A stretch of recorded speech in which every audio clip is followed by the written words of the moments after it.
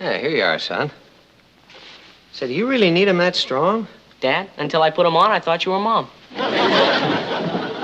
Papa, would you tell Mom I'll be back in a couple of hours? Patty, you're not going out like that. Why? What's wrong with it? Halloween is months away. Vic, you and your silly jokes. Okay. Knock off the guerrilla warfare. Now, why the Sub-Zero outfit?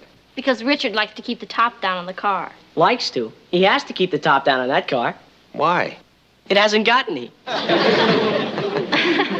It's such a joy living with a funny family. I gotta go. Richard will be right here. See you later. All right, have a good time, but be home early because I worry when you're out driving. Oh, Papa, you don't have to worry. Richard's never had an accident in all the years he's been driving. See you later.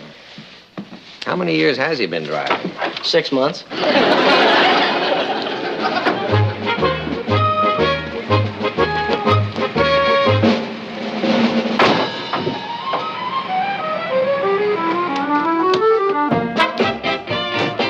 What do you think you're doing? Hey, did you see that car ram me? Yeah, I sure did. Good, then you're a witness. Okay. My name is Patty Lane, and I live right here. Thank you, son. That guy had no right to... Son? Oh, excuse me. In that outfit, you look like a boy. Well, I'm not a boy, and you can ask anybody. You can... Sorry about bumping into your car. Richard, what were you doing in that car? It's my father's car. Mine broke down. I'm sure we can work something out. I'm sure we can, young fella, because I got a witness here who saw the whole thing, and she says you were absolutely at fault. Yeah, this girl right here. Don't look at me. I look like a boy in this outfit. What was your name again? Matilda. Matilda Fenstermacher. I thought you said your name was Patty Lane and you live here. Oh, no, you're confused. Patty Lane is where I live. Now, stop fooling around. You saw this accident. You're a witness whether you like it or not. Or do you want me to call a cop? Oh. Now, is that Patty or Patsy? A little of both.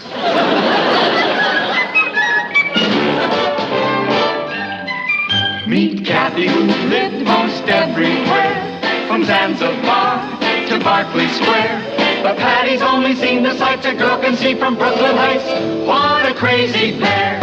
Thought they're cousins, identical cousins all the way. One pair of matching bookends, different as night and day.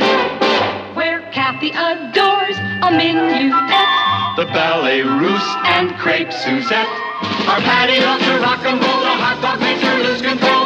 What a wild duet! Still they're cousins, identical cousins, and you'll find they laugh alike, they walk alike, at times they even talk alike. You can lose your mind when cousins are two of a kind.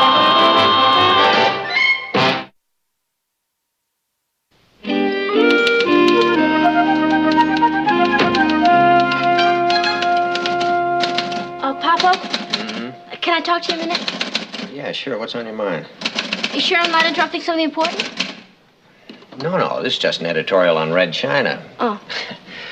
What's your problem? Well, I need some advice, but I don't want to disturb anything. Now, if you're really busy, you can just say, Patty, get lost, I'm busy. Patty, if you were disturbing anything, I would say to you, Patty, get lost, I'm busy. So quit beating around the bush and get to it. Okay. Now, it's very complicated, so listen carefully. Uh-huh. Thank you. Now, A and B are friends. A sees an auto accident involving B and C.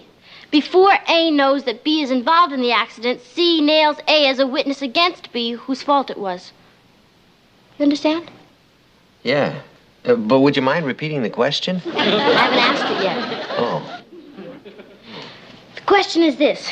Should A testify against B, even though A and B are great friends and A and C don't even know each other? Especially when B is going to get in terrible trouble with his father. You follow me? Oh, I follow you. I just don't understand you. Well, what's so difficult to understand? It's as simple as ABC. Patty, would you mind if we began this meeting all over again, from the very beginning? From the very beginning? Mm-hmm. Okay, Papa. Papa? Can I talk to you a minute? Get lost, Patty. I'm busy. Richard? Are you ready for this? What? On television the other night, there was this fugitive, see? He was in a big jam, so he decided to go to the people who were causing him the trouble and throw himself on their mercy. Hey, Patty, that's a great idea. You mean go to the owner of the other car and ask him to forget about it? Right. Sure, and if I throw myself on his mercy, maybe he won't even put in a claim. I mean, I'm a kid, and I'm honest. Maybe he'll say, forget it. What do you think, Kathy? Forget it. Oh, come on, it's worth a try, isn't it? I suppose so. Okay, Rich, you go call Mr. Tompkins and tell him we'll be right over. Patty, what did happen when the fugitive went to the people who were causing him the trouble? They turned him into the police, and near the end of the show, he was on his way to the electric chair.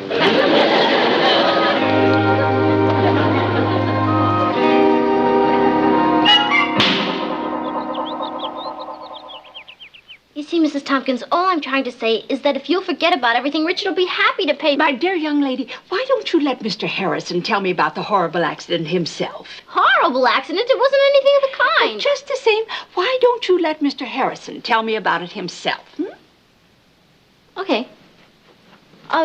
You don't have to be so formal. You don't have to call him Mr. Harrison. He's just a kid. Speak up, kid. That's right, ma'am. It was just a simple little bump. Neither of us were going more than 5 miles an hour. If that. Those cars never got any closer than two kids doing the Watusi.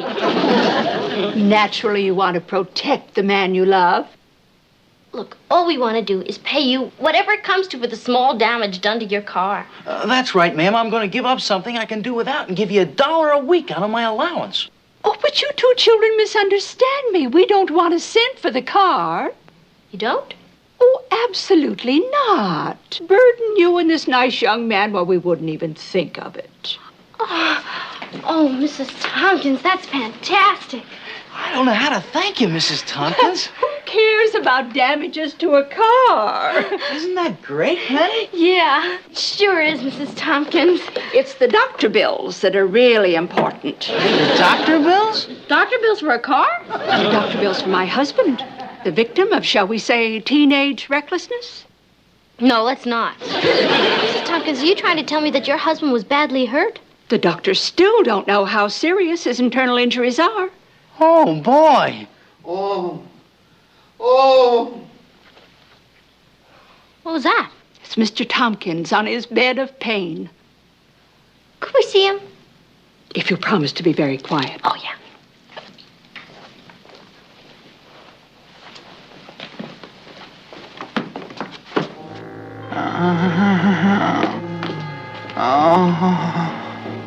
Oh, boy. You can see how bad he looks. That's nothing compared to the way I'm going to look when my father hears about this. I think he wants to tell me something.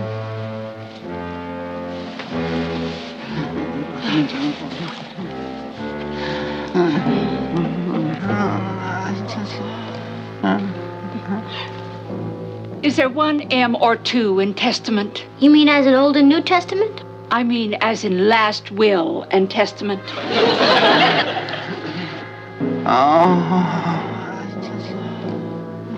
Oh, I'm afraid you're going to have to go. He's too weak to go on. Me too. I'm truly sorry for you, young man, being involved in a mess like this. And I'm sure your father will be happy to pay us whatever we ask. Just to keep you from having this terrible blot on your record.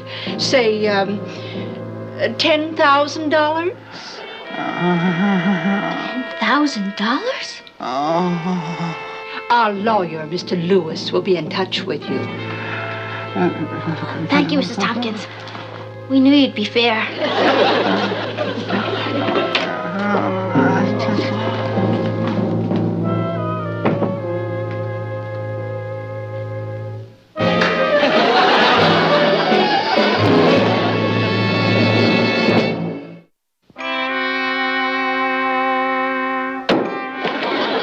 The thing that bugs me is this was the first accident I've had in all the years I've been... all the months I've been driving. He really doesn't have any reason to be so agitated. Then tell him, Papa. I mean, the other man is just going to make a claim, and his father will hand the claim over to the insurance company, and they'll pay the claim, no matter how big it is. Yeah, and then they'll cancel his insurance. Ross, they wouldn't. Would they? Of course they wouldn't. Well, they might raise his premium a little. Uh-oh. Mr. Lane, do I have to tell my father? But unless he likes surprises. It's murder. Richard, why don't you relax about it? It isn't that bad. You know, I remember during the war, something like this happened to me with an Army Jeep. Only I didn't have to contend with my father. I had to break the news to a supply sergeant, and that was murder. A supply sergeant could ruin you for life. Actually, he's lucky he's only got to deal with his father. Doesn't that make you feel better? No, worse. Do you know what my father was in the Army? A supply sergeant. So long. See you when you get back. From where? You mean you're gonna stay in town and take the rap? Oh, boy. Poor Richard. Ross, I'd like to talk to Mom and Papa. So talk. Ross. I've got just as much right here as you do. Ross. I'm going. But I'd like to know how I'm gonna learn about life if you keep sending me out of the room. Ross. What is it, dear? How can I testify against Richard? Oh, honey, stop being so worried about it, will you? Generally, these things are settled out of court. Yeah, but what if it isn't? Can they force me to testify against my own boyfriend? Darling, why don't you do something to take your mind off the whole thing? Go for a walk or something. Can they? Honey, you haven't even had a phone call from the man's lawyer. Why don't you relax? I'll get it. Hello? No, this is Mrs. Lane. Yes, that's right, Patty. You're the lawyer for whom? Wait a minute, he wants to talk to you about the accident. I can't talk now. I'm going out to take my mind off the whole thing.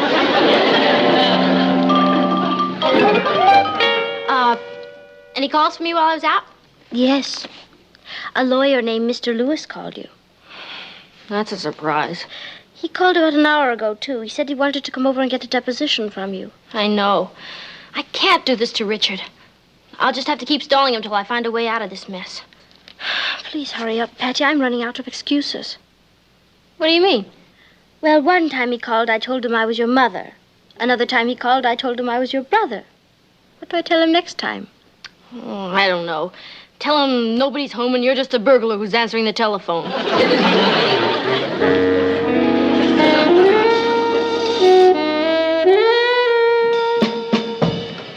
Patty, where are you going? Out, around. Darling, you can't keep ducking it forever. You've got to call this Mr. Lewis back. Mr. Lewis? Don't play games with me. The man is beside himself trying to reach you.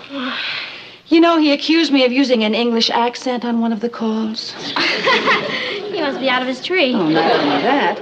He told me he called yesterday and a burglar answered the phone. I'll see you later, Mom.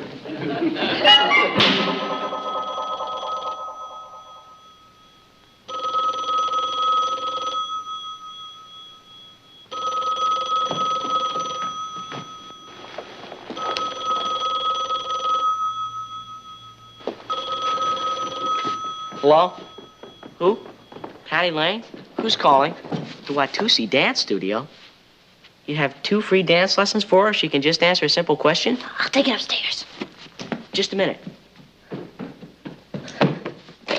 Yes, you wanted to talk to me? Miss Lane?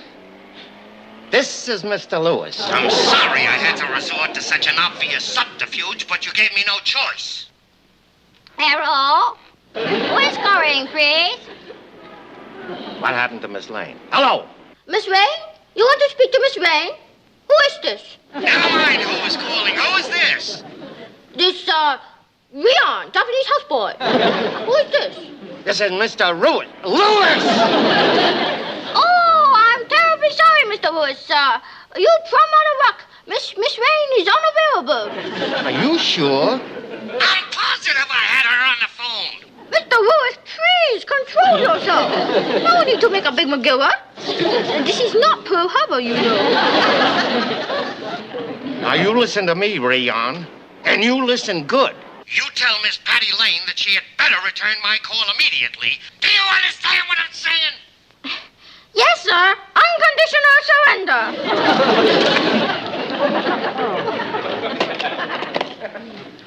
Oh, boy. Patty, you're fighting a losing battle. You saw the accident and you'll have to tell the truth. Yeah, I guess you're right.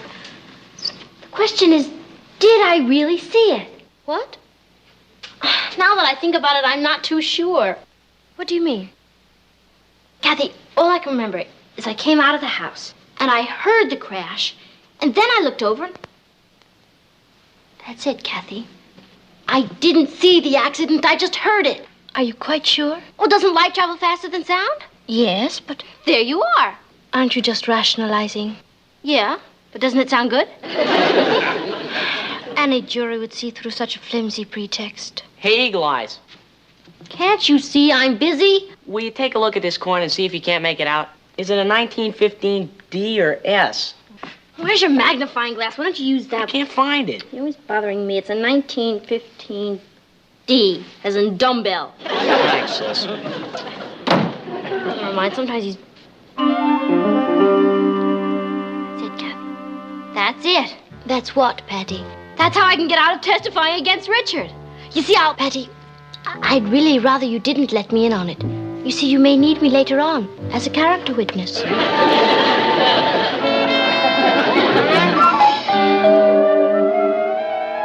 I'm coming, just a minute.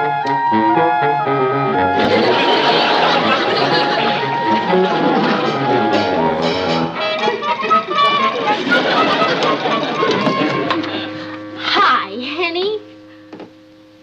I'm not Henny. I'm Mr. Lewis, Mr. Tompkins' attorney. Oh, yes, of course. For a minute, you look just like my Aunt Henrietta. Won't you? I should have known it was you because you told me you were coming over. Oh, may I take your hat? Yeah. Thank you. I always admire a man who wears a derby. Can I take your suitcase, too? No, thanks. Oh, all right. Well, won't you come in? Excuse me. No, just make yourself at home. I know you want to talk about your client's accident, and I want you to know I'm willing to tell you everything I saw. Thank you. Tell me, have you always worn glasses? Oh, no, of course not. As a matter of fact, do you see this picture? Now, up until then, I never wore glasses. Oh. Well, I took the liberty of preparing a statement which I'd like you to look over and read and correct if necessary. Yes, thank you. Can you see that all right? Yes, of course. Can you read it? Yes, of course. Oh, boy. Oh, thank you. You're right. That's much better. Uh-huh. Okay. Oh, would you like some candy? No, thanks. I don't smoke. Oh, I'm sorry. Can I get you a cold drink? Please. Don't go away.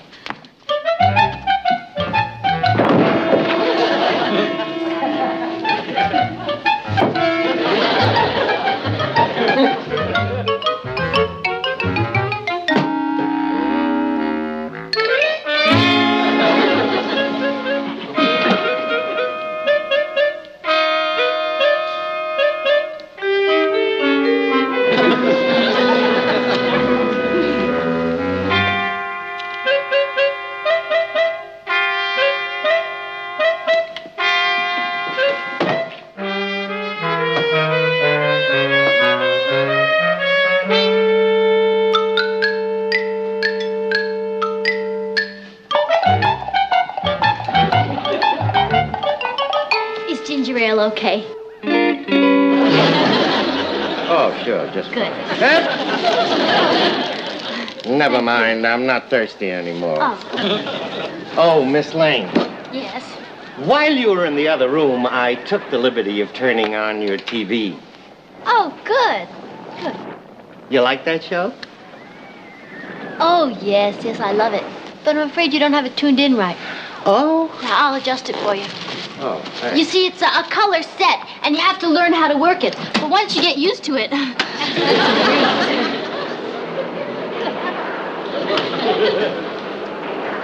Miss Lane, Yes. I came here to assist. Patty, do me a favor, Ross, don't you see that I have a guest? but it's vitally important. Please excuse me. Little brothers, you know.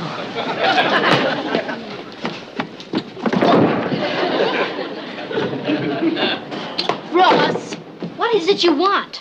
I just traded for this 1926 penny. Is that a D or an S? That's vitally important. It's a 1926 S. Now, will you please leave me alone? I'm very busy. Very funny. Mr. Lewis, there's something you don't understand. Coins, excuse me, are the only things I can see.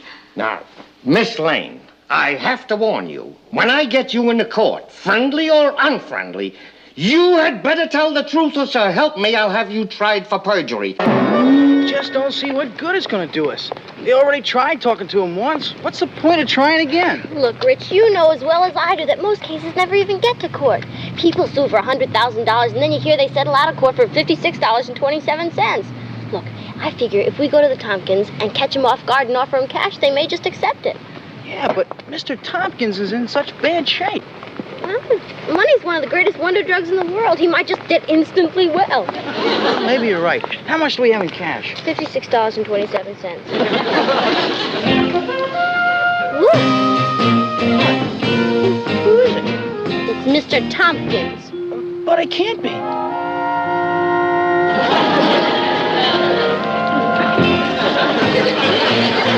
Hurry up.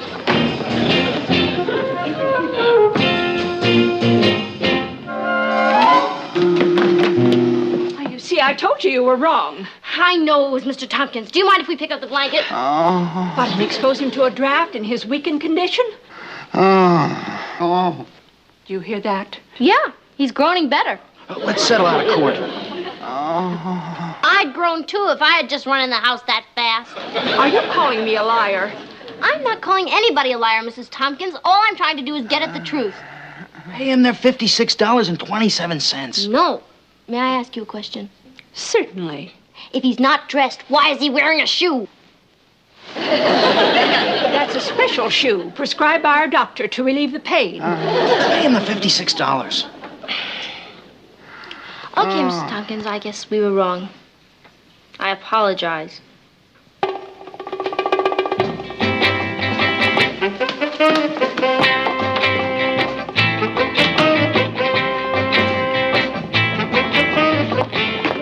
From us, young man. I sure hope not. I beg your pardon. It was nice seeing you again, Mrs. Tompkins. Goodbye! Oh, here, Patty, shake my it off. leg, my back. It's probably nothing. No, Richard, don't touch me until we find out if anything's broken. But I just don't understand how this could have happened. Oh, Richard, before I faint, get the names of all the witnesses. Faint? Witness? Oh, well, you just barely stumbled on our step. Richard, you heard her. You're my witness. Mrs. Tompkins just admitted I fell on her step. Now she's my witness against Mr. Tompkins. What? I know just how you feel, Mrs. Tompkins, testifying against your own husband. Now, just a minute. Aren't you going a little too fast? Woman to woman. Mrs. Tompkins, I know how you want to protect your husband from paying for the terrible pulverizing damage. Oh. I'll never dance again. Don't be ridiculous. We aren't going to pay you a cent. Pay me, Mrs. Tompkins? No, I'm afraid you misunderstand. I don't want anything from you. Well, that's different. But my folks are going to be awfully angry at you for ruining a potential ballet dancer. Unless what? Let's look at it this way, Mrs. Tompkins. You will win your case against Richard for $10,000, and my folks will win their case against you for $10,000, and then we'll be even. So why should you be the middleman? Why don't we just call it quits now? Yeah. All right, Miss Lane. You made your point.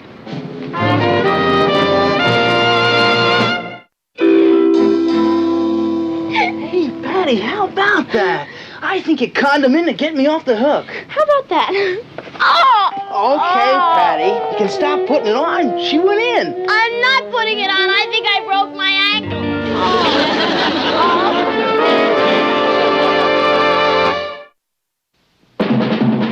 Here's Kathy, who's lived most everywhere, from Zanzibar to Berkeley Square.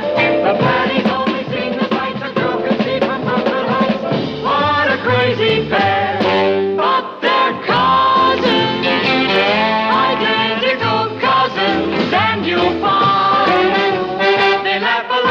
walk alike, at times they even talk alike. You can lose your mind when cousins are two. 106 inclusive. Thanks, you saved my life. By the way, Marge, are you going to the game Saturday?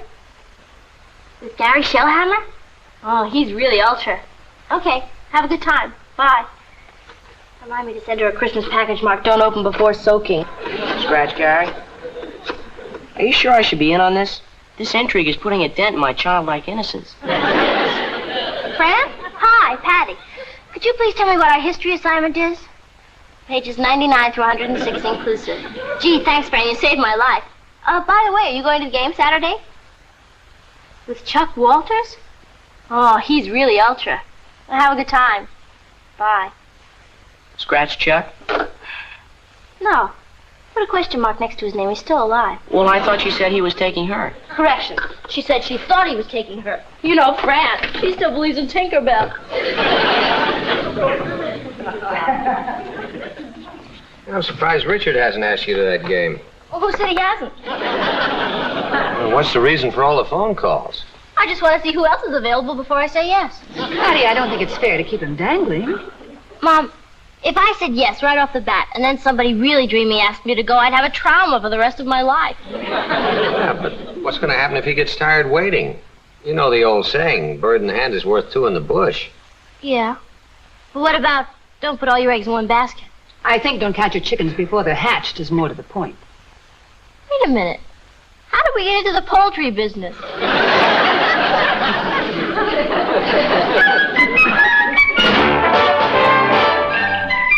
Meet Kathy, who lived most everywhere, from Zanzibar to Berkeley Square. But Patty's only seen the sights a girl can see from Brooklyn Heights. What a crazy pair! But they're cousins, identical cousins all the way. One pair of matching bookends, different as night and day. Where Kathy adores a minuet. The ballet russe and crepe Suzette. Our Patty loves to rock and roll. A hot dog makes her lose control. What a wild duet. Still they're cousins, identical cousins, and you'll find they laugh alike, they walk alike, at times they even talk alike. You can lose your mind when cousins are two of a kind.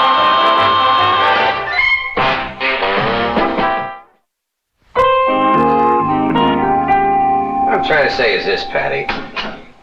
Richard likes you. But if you put him down too often, his interest is going to cool off. And I imagine that there are other girls that would find him attractive. Papa, when did you start worrying about Richard? I haven't, believe me. It's just that I want to be sure you know what you're doing. Because when a man feels that he isn't appreciated, he becomes an easy victim for the first pretty girl who bats her eyes at him. Papa, you've been watching too many late movies. I assure you, it happens. Richard falling for another girl? Impossible. Impossible. What is? The idea that Richard could ever fall for another girl. If it's so ridiculous, why have you been brooding about it all day? Brooding? Who's brooding?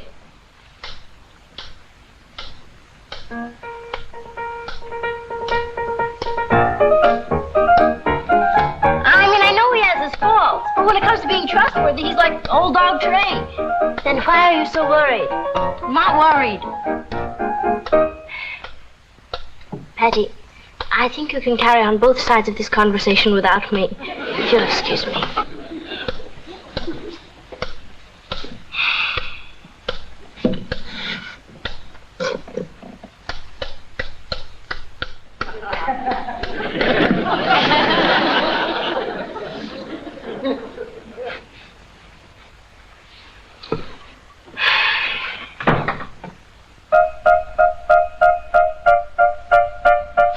Hi, Kat.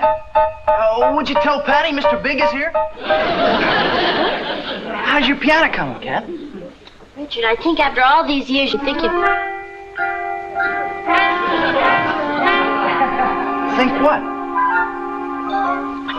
I think that you'd ring the doorbell before just walking in. Well, the door was open, so... All right, I'll go get Patty. Excuse me.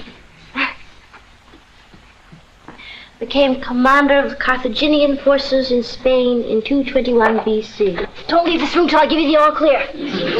What's up? Richard. He thinks I'm you. Now it's my chance to find out if he can really resist temptation. How? By letting him go right on thinking I'm you.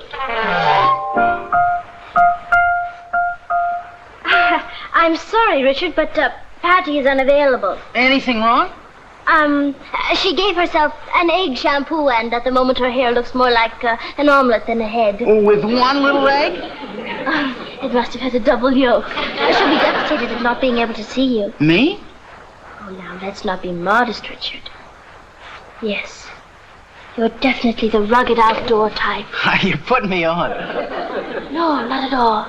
I can see you, striding across the moors with a pipe in your mouth and an Irish setter at your heels. I used to have a dog, but he bit me all the time. Perhaps that was because you didn't know who was master. I sure did. When he bared his teeth, wow! My, that will never do. You have a loose thread on your collar. So what? A man as impeccably dressed as you with a loose thread? Unthinkable. Why, Richard, your eyes. What about him? They're the same color I never noticed before. Gee, Kath, I never saw you like this before. I always thought you were the quiet type. Still waters run deep. I sure do. Well, I gotta go. I just wanted to show Patty my new carburetor I put on the car. Oh, it must take great skill to attach a carburetor. I've always admired manual dexterity. Yeah, and you want me to fix you up with him. Oh, Richard, you have a keen sense of humor. I've got an interesting lifeline. Do you know what it tells me? What? That you're alive. Yeah? Alive, vibrant, full of electricity. Oh, that's probably because my pliers accidentally touched my battery cable. Man, you should have seen the smoke coming out of my ears. Richard, no wonder your fingers are so strong with those enormous biceps.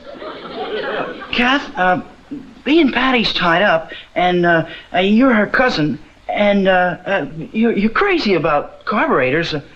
Well, why don't we go for a ride and try it out? I mean, the new carburetor. Yes. Tell Kathy what you're thinking about.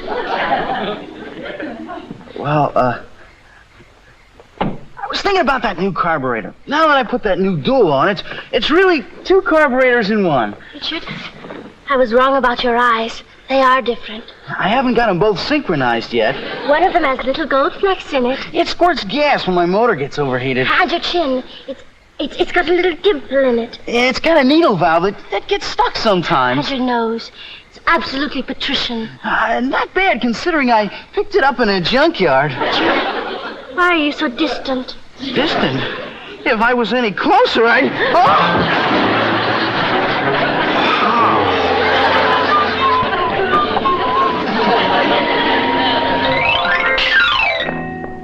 Sorry, Patty, I've got to get to class. The first bell rang.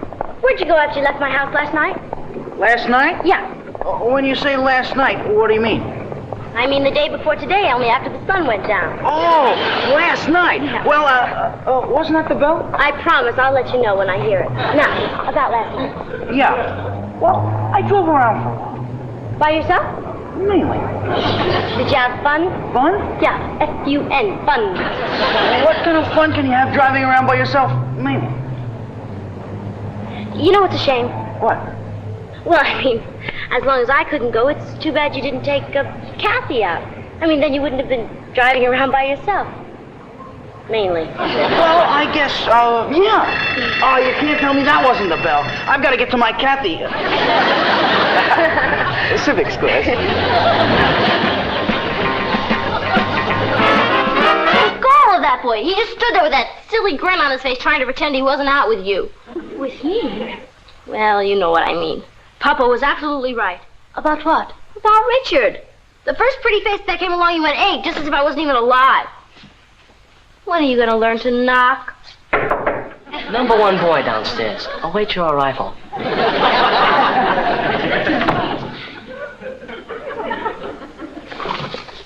Aren't you going down? No. For all I care, number one boy can get right back in his rickshaw and head for outer Mongolia. Patty, that's not fair. And neither is the test you gave him. After all, even if he was out with me, even if he thought he was out with me, he was out with you. And the real you must have come through, and that's what he liked about me. I mean you. You really think so? Oh, don't answer that.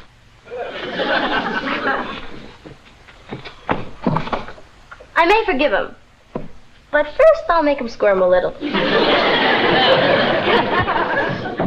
Hi, Rich. Having trouble? Darn tie. Here, let me help you. Oh, sorry. Slip. Look, Patty, I've got big plans.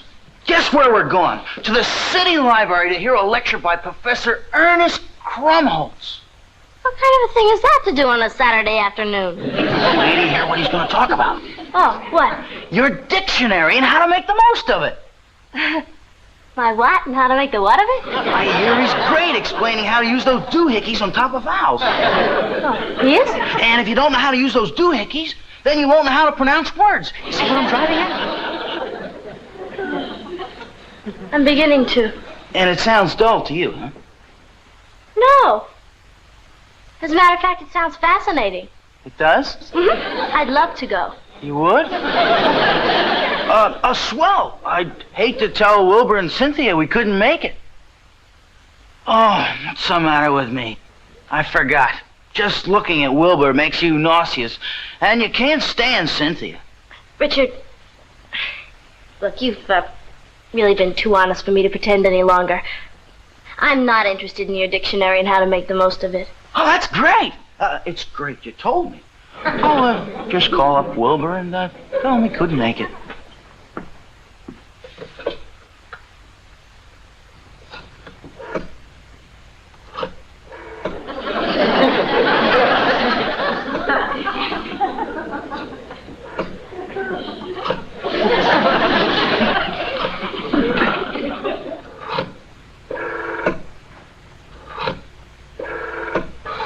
Richard? Yeah? Look, it's kind of silly to do that. Why don't you just ask somebody else to go? Well, I could ask Howard or Freddie or Pee-wee. How about Kathy? Kathy? Kathy who? My cousin, Kathy. How many Kathys do you know? Oh, that Kathy. Do you think she'd like to go? Oh, Richard, I can practically guarantee you she will. I'll go tell her.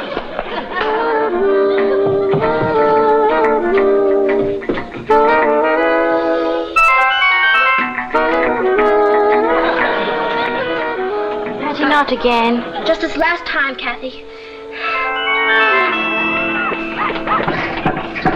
Darn carburetor.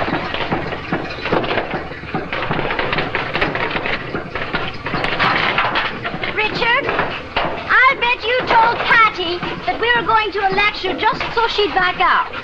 I wouldn't say that. Oh, come on now. You can tell me the truth. Well, as a matter of fact, you might...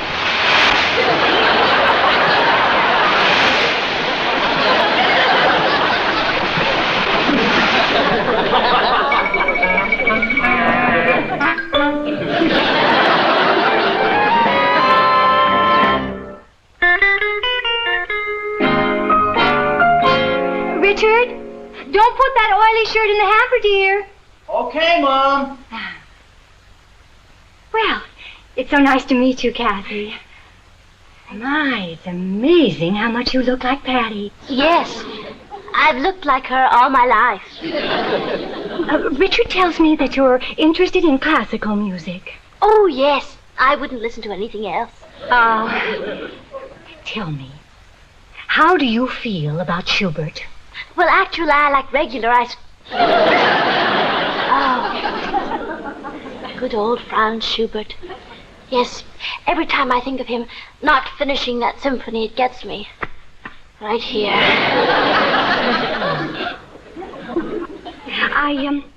I understand you play the piano extremely well. I suppose you're familiar with Schubert's Impromptu in B-flat? Oh, What a question. Oh, it's one of my favorites, too. Kathy, I wonder if you would play it for me. Play it? You mean on the piano? Yes. How well do you know it? Oh, I guess I've heard it hundreds of times. Oh, then I guess you really wouldn't want to hear it again. You must be sick and tired of it. I wish you'd persuade Kathy to play the piano for us. I think she just wants to be coaxed. Oh, believe me, I don't. Come on, Kath, do your stuff. Mom loves good music. No, I couldn't. She wouldn't want to hear me play, especially in my condition. You know, hangnails, and my tennis elbow's been acting up, and blisters from stirring all that fudge. Oh, come on, Kath. I know you're dying to play. I don't get it. Hey, every time I come over to your house, you're pounding away on the piano. What's with the modesty bit? Well, we just won't take no for an answer. There.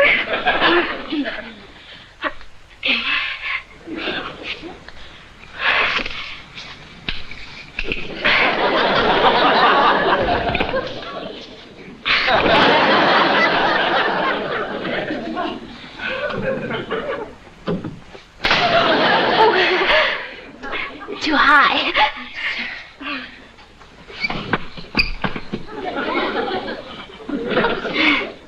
Too low.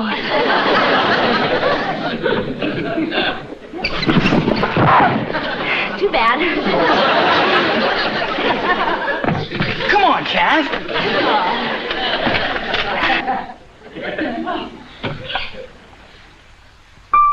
Oh, my, I'm terribly sorry, but I can't play this piano. It's out of tune. Amazing. The piano tuner was here just last week. Oh, well, you see, I'm used to tuning my own piano. Perhaps another time. Oh, wait just a minute. Oh, where is it? Ah, here. I knew this piano wrench would come in handy sometime. Come on, Kath. Tune it.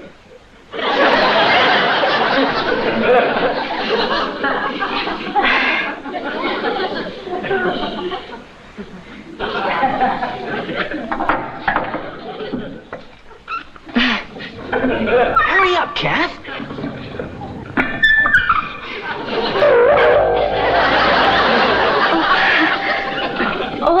Don't worry. There's still plenty more strings left.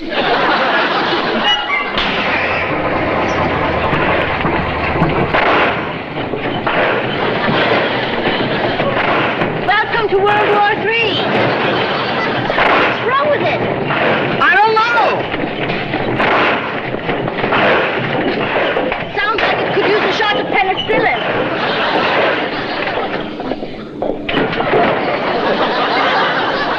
I suppose you're going to blame me for that, too. No, Kath, I'm not. I know you specialize in breaking piano strings. I said I was sorry. The first one was an accident, but what about the rest of them? It must have been of inferior quality. Yeah, sure. Well, you know those piano strings are going to come out of my allowance until I'm old enough to vote. Oh, you sure fixed me. Oh, it's fine for you to talk after the way you've acted.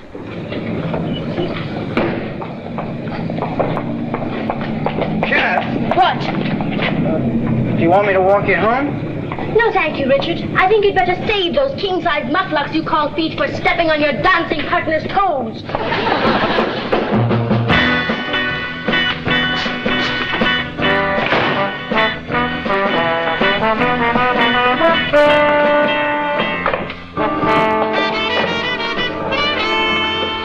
I'll have a chocolate soda. You better make that a double.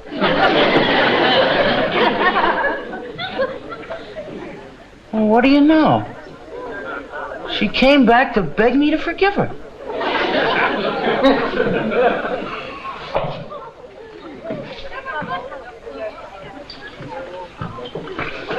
Kathy, I accept your apologies. Apologies? For what? Well, to start with, breaking all those strings. Strings? As if you didn't know. And how about the crack about the mucklucks? I broke the string on your mucklucks? Now try being funny about my losing my allowance for a year. A year's allowance for a pair of shoestrings? Either something's happened to your sense of humor or... Oh, boy, oh, boy, oh, boy, oh, boy. Richard, are you all right? Can I get you something? A new head. My old one's got a hole in it. I beg your pardon? Oh, nothing. I'll tell you this. Two can play the same game. We'll see how Patty likes it when the shoe is on the other foot.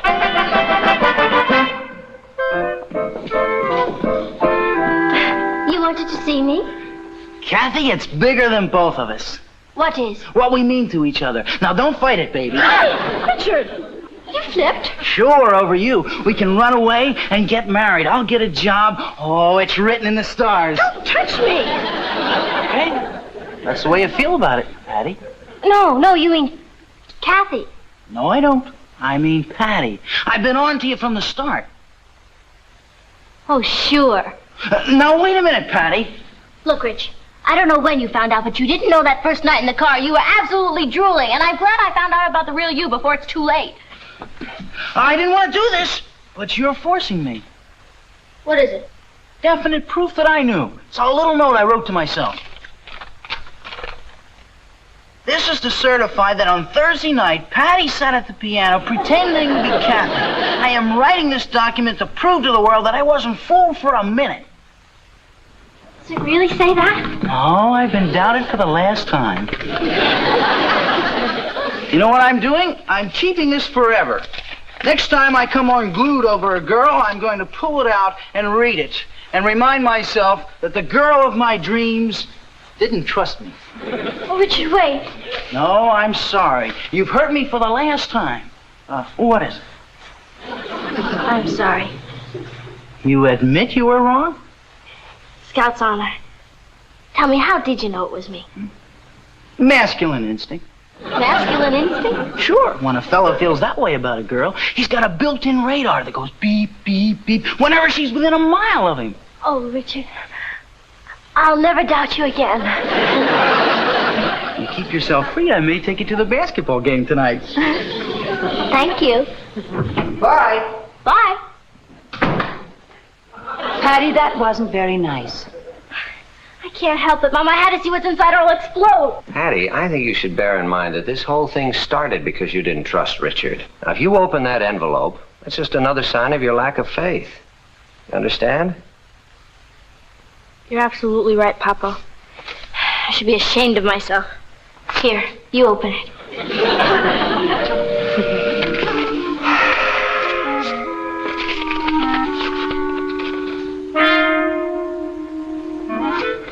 Boy's penmanship leaves something to be desired. This is to certify that on Thursday night, Patty was sitting at the piano pretending to be Kathy. And I'm writing this document to prove to the world that I wasn't fooled for a minute.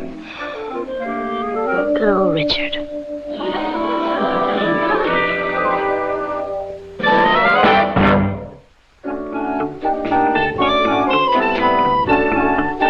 Hi, Rich. Come on, Patty, let's go. We're gonna be late.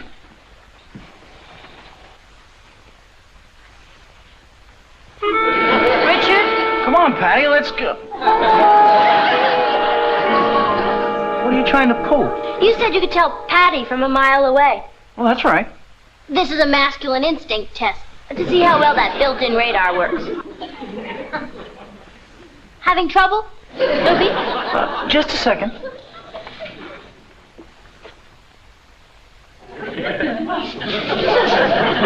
Okay, Patty, let's go. That's wonderful, Richard. How could you tell? Just like I told you. Radar, instinct. If you really must know, I smelled that perfume I gave you for Christmas. It's great. Richard, Yeah? the next time you send me perfume, make sure it isn't gardenia. Gardenia gives me hives. I gave that bottle to Kathy. Come on.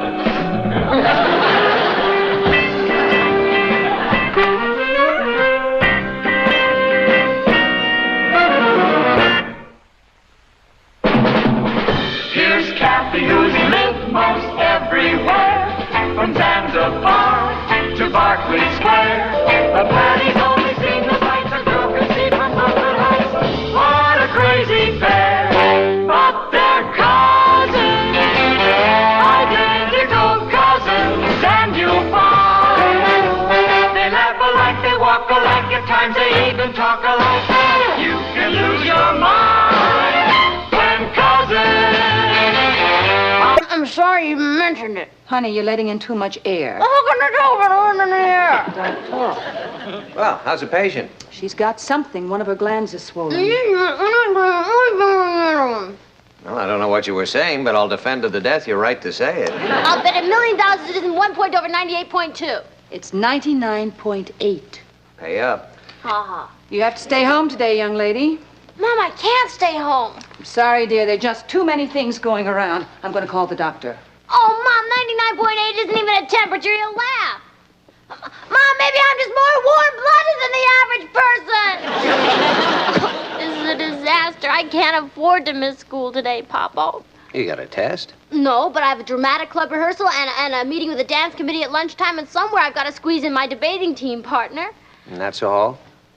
Yeah, except for the jazz concert Richard's going to take me to tonight. So you see, Papa, I just can't afford to miss school today. Please explain that to Mom. Well, your mother'd be a lot more sympathetic if you were worried about missing history, math, and English. Papa, I don't have to worry about history, math, and English. They'll still be there when I get back.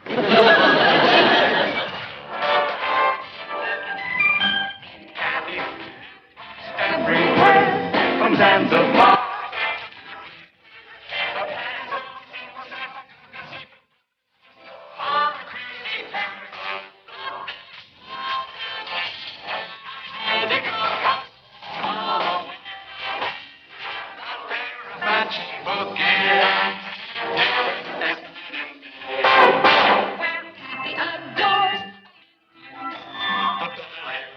And crepes,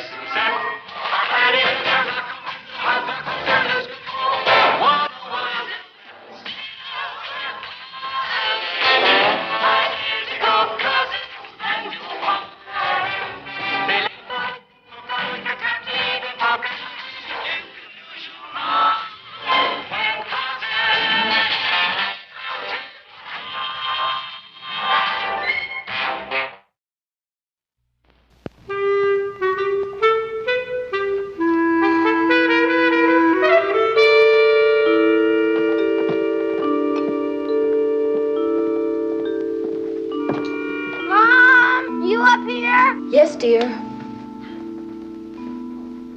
Yes? Mom, do you suppose I could come down and watch some television?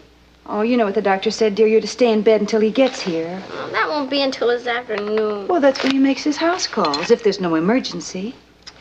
Well, if you'll excuse me, honey, I've got a lot to do. Mom, Yes? could I have a cheese sandwich? After the big breakfast you had? That was over an hour ago. All right. Mom, if you wouldn't mind another pillow, please. Oh, sure.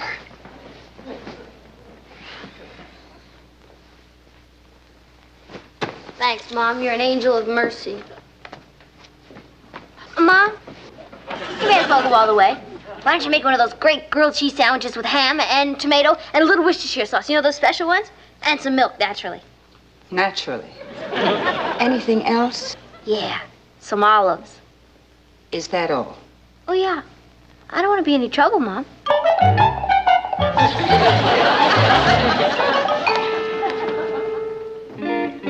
Mom! Yes? I forgot to ask you something! What is it? I don't want to yell. It might hurt my throat. Okay, I'm coming. Mom, do you think it would be all right if I use the phone? I really think it would be better if you just rested. And besides, who are you going to call, dear? Everybody's in school. Yeah, I guess you're right. If you'll excuse me, honey, I really have got an awful lot to do. I know. Why don't you take my temperature again? I really don't think it's necessary. I know. I'll take my pulse. Do that. Oh, no! Patty! What is it? My nail is chipped. Mom, would you get me the nail file, please?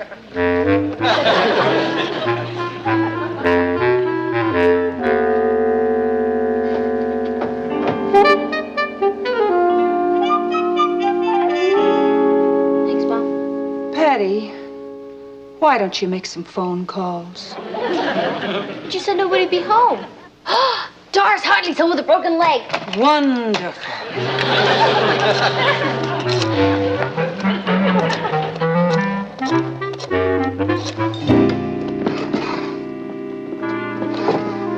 Hello, Mrs. Hartley. This is Patty. May I talk to Doris, please? In school? What about a broken leg? Oh, yeah, I guess 2 months is plenty of time for a broken leg to heal. So, what's new, Mrs. Hartley? The house must seem pretty empty without Doris around, huh? I got you out of where? Oh, well, you better put something on. You'll catch your death of cold, and then the house really will be empty. Hello? Boy, what a grout.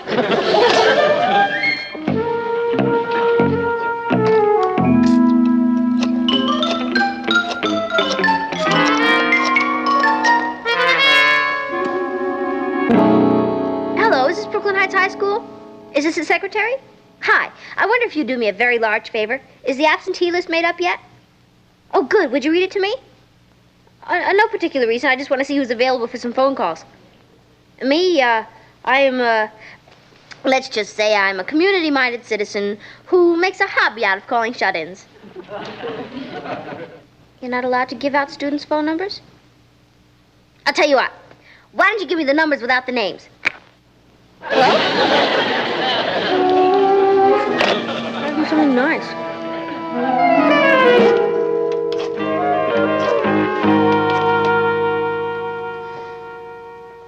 Natalie?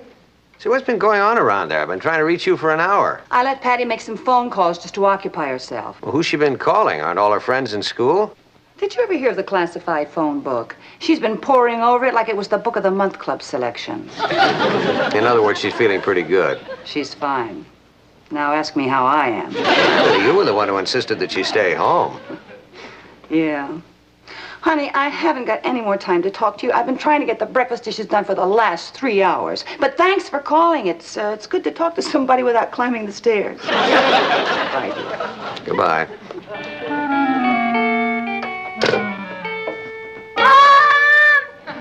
Yes? Can I get up for a minute just to get something from my dresser? Can it wait until I get there? No, it's vitally important. I'll be up in a minute.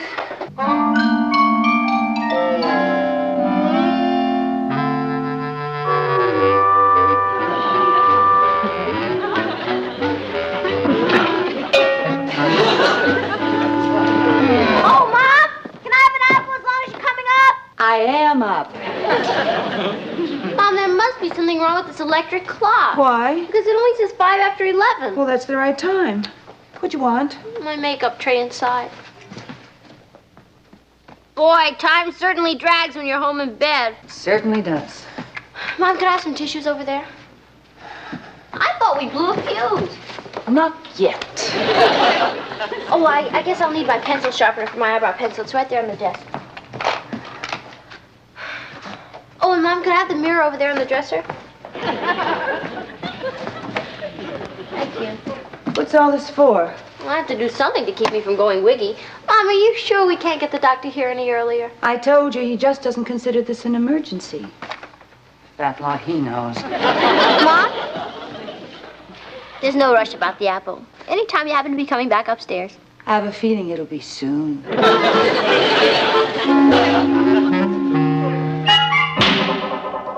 Here's your apple, dear, and I brought a few other things for the rest of the afternoon so I won't be... What are you doing covered up? What have you done to yourself? It's the newest look. The magazine says it's going to be very big this year. Where, in Hong Kong? Look, this article says makeup can uncover your secret self. What do you think? I think you should put the cover back on. I'll get you a washcloth. I think you're beautiful.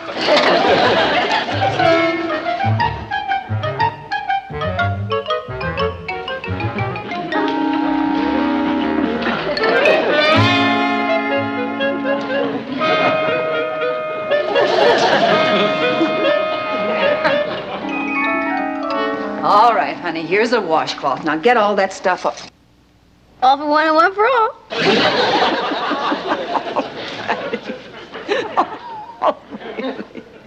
I'm just trying to keep my mind occupied. Well, I don't suppose you'd consider doing a little schoolwork. In my condition? Scrub up. The barrel bag.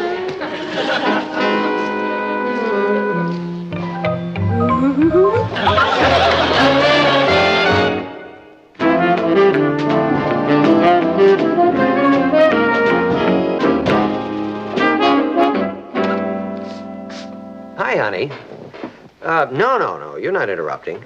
I just wanted to get your advice, Martin. Do you think it would be all right if Bob Holton came over to visit Patty? He's the president of the dramatic club. Well, I really don't know. It's just that she's anxious to find out what happened at the rehearsal, and frankly, I don't know what to say. What do you think? Why don't you check the doctor? He already left the office. She seems in very good spirits. And frankly, I'd welcome anything that would occupy her. Well, Well, I just wanted to get your opinion. Thanks, dear. anytime. Well, how'd it go? Well, what can I tell you, Patty? Without you, the rehearsal was a shambles, an absolute shambles. Oh, gee, that's too bad. Oh, try to get those kids quiet. I'm president of the club, and I'm playing the king. And they still wouldn't listen to me. Now, how can you do a play like St. Joan with everybody horsing around? Let's face it, nobody can keep those kids as quiet as you can. Well, Bob. Nobody can yell as loud as you can. I have to watch my voice. Well, soon, Patty. I'm fine. Really fine. Those are glazed fruit. Glazed fruits, just what I love. You want one? Hate him. How about some nuts or stuffed dates or fruit or candy? No, thanks. What's in that box? Forgot. It's the St. Joan wig. Ooh. I want you to try it on. Okay. You should have heard Gloria Peterson reading your part. It was really something else. Was he really that bad? Listen, you know in the play where I say, preposterous that this frail little girl should lead the armies of France. Yeah. It's preposterous, all right. She's 2 feet taller than me. Don't move. Don't move. What is it, a bee? You are she. Who? You are St. Joan. Listen, do you feel up to a little rehearsing? I feel fine. Now, why don't we do the scene where the king comes to visit Joan in her cell? Good idea. We haven't gotten to the meat of that scene yet. I think we've gotten to the ham. Please be serious. Yeah, sorry about that. Okay, I start, right?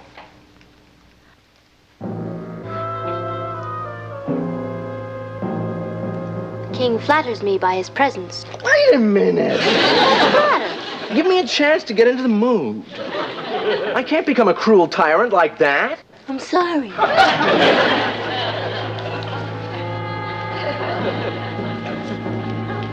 I'm a bitter old man. Old before my time. Life is cruel. I'm unloved, despised, not well liked. What play is that? Now you broke the mood.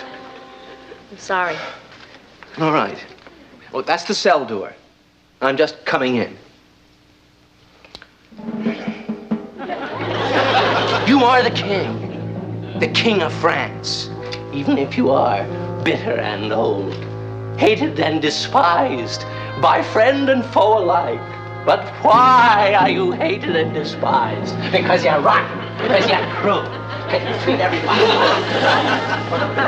If there are true heart of gold, I'll be human being. Bob? Bob? Bob, I think you went in the wrong cell! Who's that? Bob.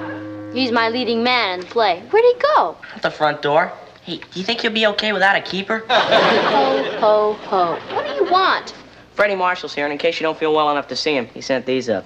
And just after dinner mints. Of course I feel well enough to see him. I have to talk to him about that speech for the debate. Hello? I got it, Mom. Oh, hi, Emma. How'd it go? Oh, you need my opinion, huh? Well, look, Freddie's here now, and Bob just left, and I doubt if he'll ever be back. Why don't you come by, and we'll talk about the dance committee in about a half hour. Okay, bye. Tell Freddie you can come up. You want one? One! Dear, I just want to warn you, the doctor called. He'll be here at 4 o'clock. Gee, Mama, I don't think I can work him in until 4:30. And so I say to you, ladies and gentlemen, that my worthy opponents have utterly and completely failed to show us why the voting age should not be lowered. We of the affirmative, however, have amply demonstrated that today's teenager is fully equipped to take his or her place in the national scene. Yeah. And in conclusion, let me just say this. We teenagers are tired of being future citizens. We want to contribute here and now and not in the hereafter. I thank you. Hey, that speech is great, Freddie. Thanks. Now, what about your speech? I'm working on it. Oh, you better get cracking. The debate's Monday. Hey, do you think you'll be all right by then? I'm fine now, Freddie. The only reason I stayed home was because my mother insisted.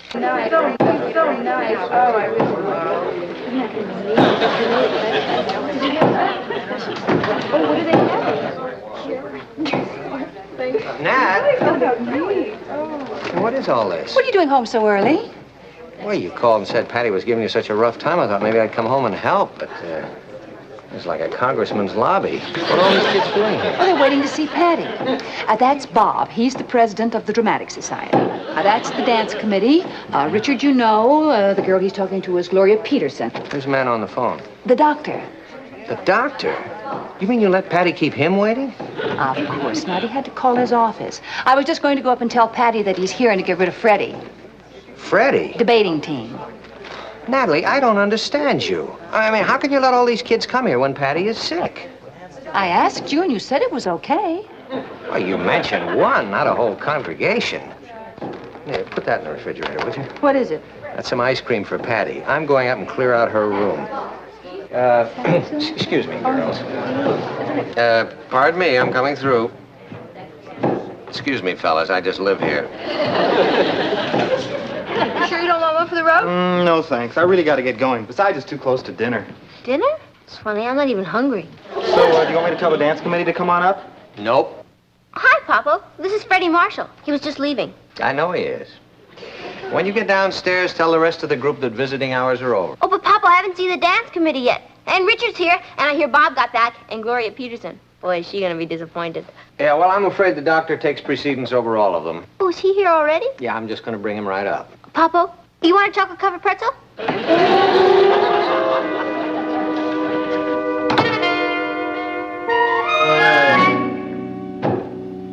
Lemonade?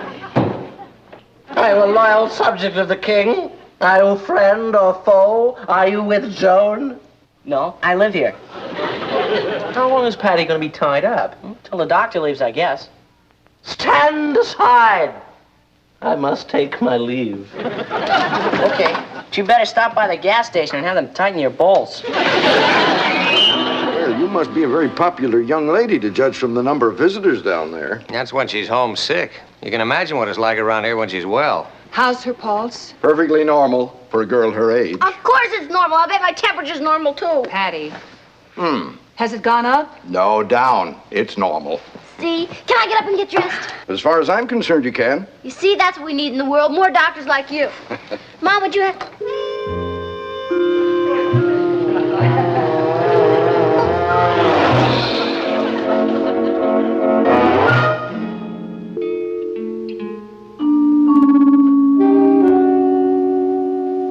Nat, you know it couldn't be anything too serious. I mean, she doesn't even have a temperature. And I say she has. But you heard the doctor. Martin, I felt her forehead. Are you going to compare a thermometer with a mother's hands? And risk being called un-American? Certainly not. I guess I might as well forget about Patty going to the jazz concert tonight with me, huh? Oh, I'm afraid so, yeah. Poor Patty. She used to love jazz. Richard, If you'd like to run on along home, I'll be happy to phone you later. You mean you're throwing me out? No, you can stay if you want to. I sure would like to hear the doctor's verdict.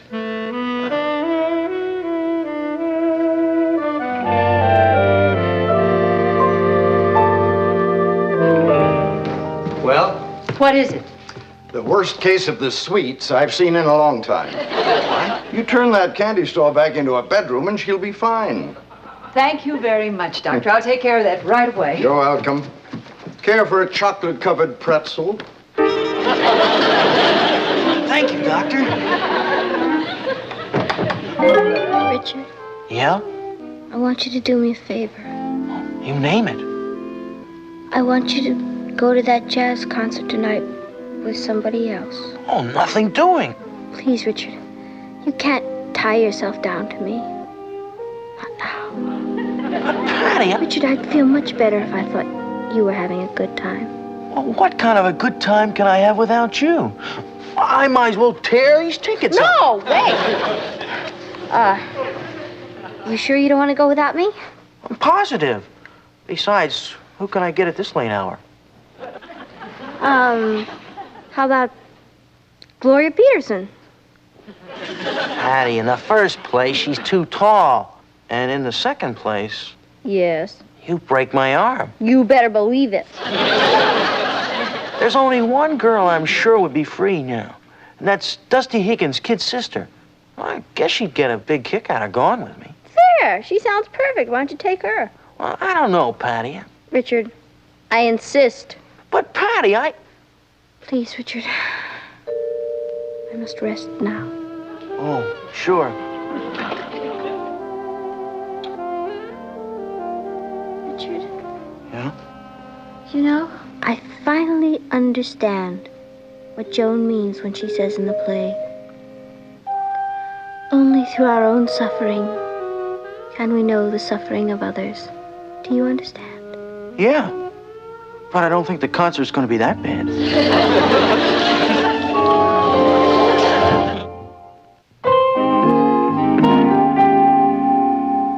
You feeling better, honey? I'm glad that you told Richard to go to that concert with somebody else. That was very generous of you. That's okay, Papa. I didn't see any point in wasting 2 good tickets. And Dusty Higgins' little sister will have a great time.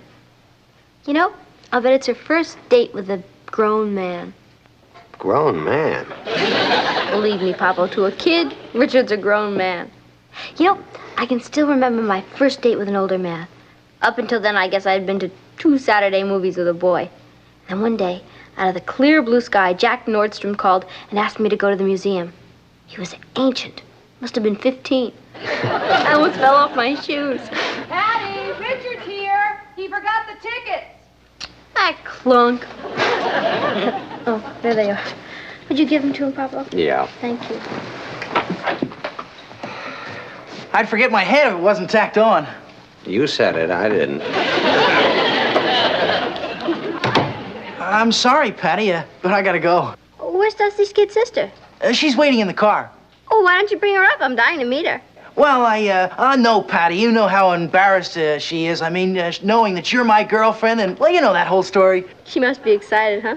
Well, you can imagine. Yeah. Well, I better get back to the car. Richard? Richard? Richard? She must be calling you because my name's Patty. Huh? Open the door, Richard. The door? Oh, yeah, the door. Yeah? You forgot my present for Patty. Oh.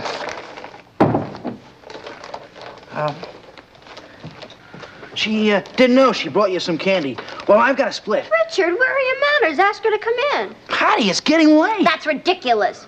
Come on in. Hi. Patty, I would like you to meet Eve, Dusty's kid sister. Eve, I would like you to meet Patty, my friend. Eve, I'd like you to meet Richard, the rat.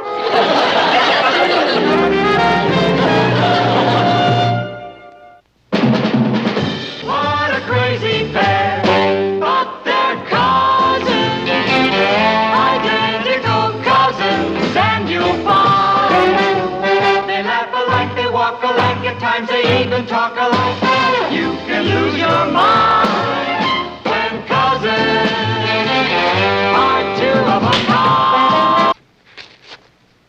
Ralph Gilroy, yes, he's very good looking.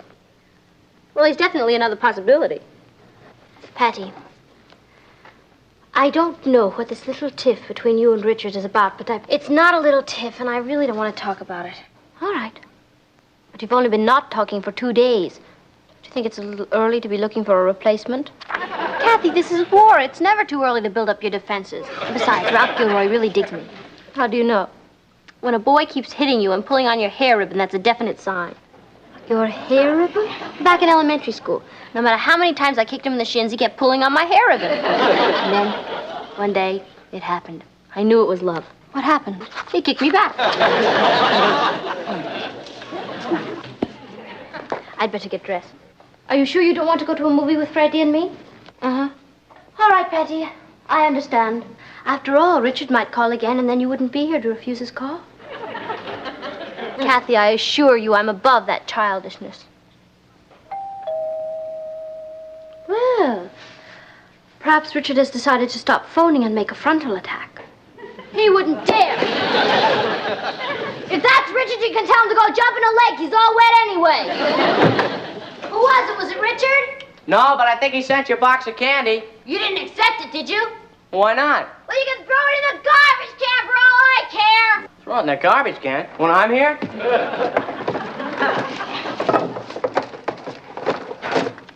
Oh, boy.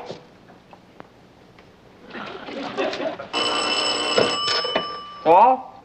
Is this 624-1098? Oh, hi, Richard. This is Ross. Oh, I thought I had the wrong number. Hey, Rich, this candy is great.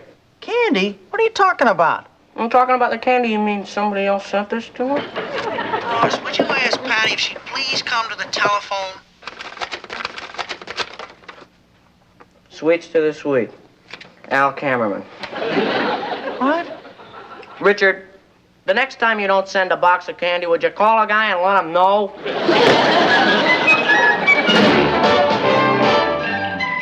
Meet Kathy, who's lived most everywhere, from Zanzibar to Berkeley Square. But Patty's only seen the sights a girl can see from Brooklyn Heights. What a crazy pair! But they're cousins, identical cousins all the way. One pair of matching bookends, different as night and day. Where Kathy adores a minuet, The ballet russe and crepe Suzette.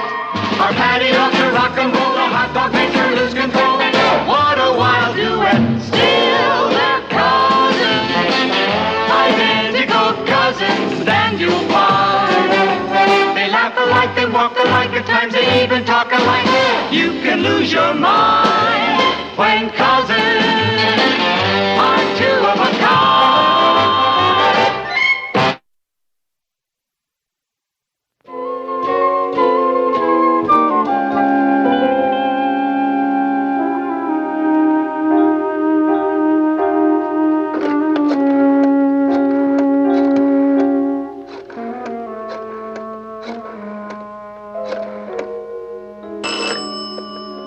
Hello?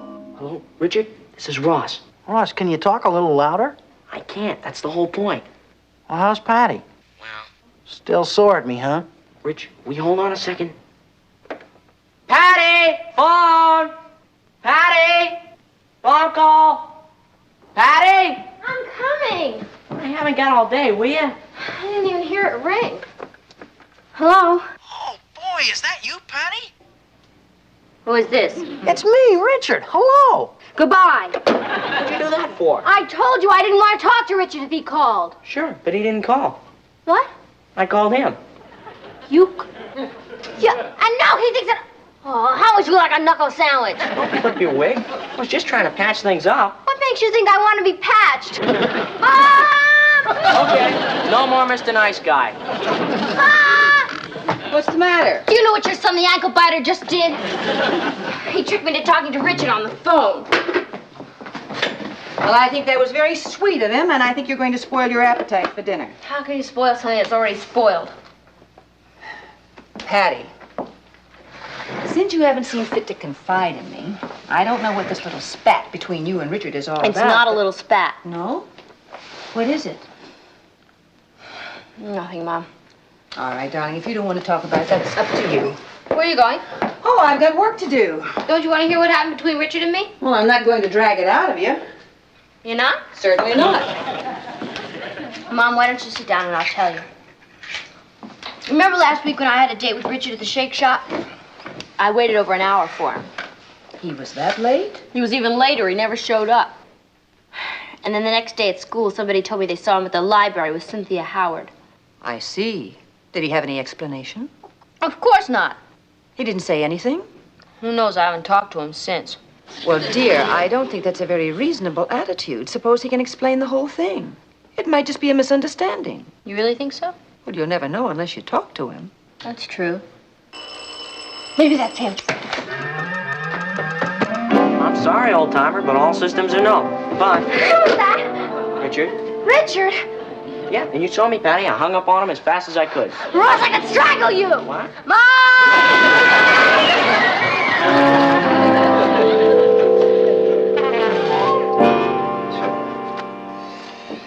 9, 12, 15, 16, 17, 19, 25, 30, 34, 36, 39, 42, 47, 49. 40 carry. 4 and 3 is 7. 1 is 8, 13, 18, 20, 27. Do you want something, honey? No. How's it all going? Right now, it's quite a mess. Oh. Well, I won't bother you. 28, 30, 30... Was that the phone? No, I think that was the timer going off in the kitchen. Oh. 30, Well, I really don't want to bother you. 4 and 3 is 7. 1 is 8, 13, 18, 27, 28, 37, 44, 52, 59... Dear, may I interrupt? Just a minute, honey. 59, 66, 74, 74 and 6 is 80, and 9 is 89, and... is it really that important? It's about Patty and Richard. 66, 74, 80. Martin. Martin, she's just miserable about the whole thing. If she's so miserable, how come she went out with that cameraman boy the night before last? That just proves that he's shorter than she is. Natalie, that doesn't prove anything. Do you remember the 4th of July just before we got married? When we weren't talking. That's right. And you thought I was so miserable? Well, I dated Gladys Healy 3 nights in a row just to get even with her. Martin Lane, you told me you stayed in your room and read poetry. I did? 4 and 3 is 7. 18, 27, 28, 37, 44, 52, 52 and 7, Dad, 59. you busy? Very. 59. Well, is it going to be long? No, I should be through in a couple of years. 59, 66. Well, all I want 70... is a quick yes or no. It's about getting an advance on my allowance. 72, 78. I'm willing to pay interest on it. 97 and 7 is 100 and Well, wouldn't you want a little extra 100, income? 100 and I'll wait until you're through. 4 and 3 is 7. 1 is 8. 5 is 13. 13 and 5 is 18. 18 and 9. Ross, would you get that phone, please? And get my head chopped off again? 18 and 9 is 27. 28. 28 and 9. 28. Why aren't you answering the phone? It might be Richard. That's why I'm not answering it. Hello? Oh, yes, he is. Just a moment, please. It's Eddie. Sorry.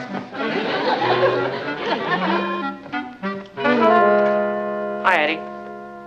Yeah, I asked him. No, he wouldn't. I guess you'll have to go to the movies by yourself. Yeah, I know how it is. I don't like to go alone either. You want to come over here and maybe we'll hack around? No. Okay, it's up to you. So long. Changed your mind? Changed my mind about what? Who is this? It's Richard. And Ross, before you hang up, would you ask Patty if she'd please come to the telephone? Okay. Patty! Richard's on the phone! Patty! I'm coming! Here she comes. You mean she'll talk to me? Yeah, she's dying to talk to you. Ross! Here. No. Hang up! Hold on a second, Rich. There's been a little hang-up. Mom! Now what? Did you hear what that little gleep just did? Well, I thought you wanted to talk to Richard. Not if he thinks I'm anxious to talk to him. Martin, would you do something about this? Patty, I hope you realize you're taking a risk. What do you mean, a risk? Well, as your mother will tell you, you can push a man only so far. Believe me, dear, he's right. Think I'm pushing? As your father will tell you, a man has his pride. Even Richard. Yeah, you're right. I'm sorry, Richard, but I just can't stand to hear a grown teenager cry. Ross, don't hang up! You hung up. Holy cow, isn't that what you just told me to do? This is a fine time to start doing what you're told. Oh, what did he say? Did he say call back? Did he say anything? He said he's coming over. He is? So, he's coming over to apologize, huh? I got news for you, pal. You got a wrong misimpression. What do you mean? Richard says that he left his notebook here last week. He needs it, and that's the only reason he's coming over. Well, I got news for you, pal. That's just an excuse to see me. He didn't leave any notebook here. Don't move.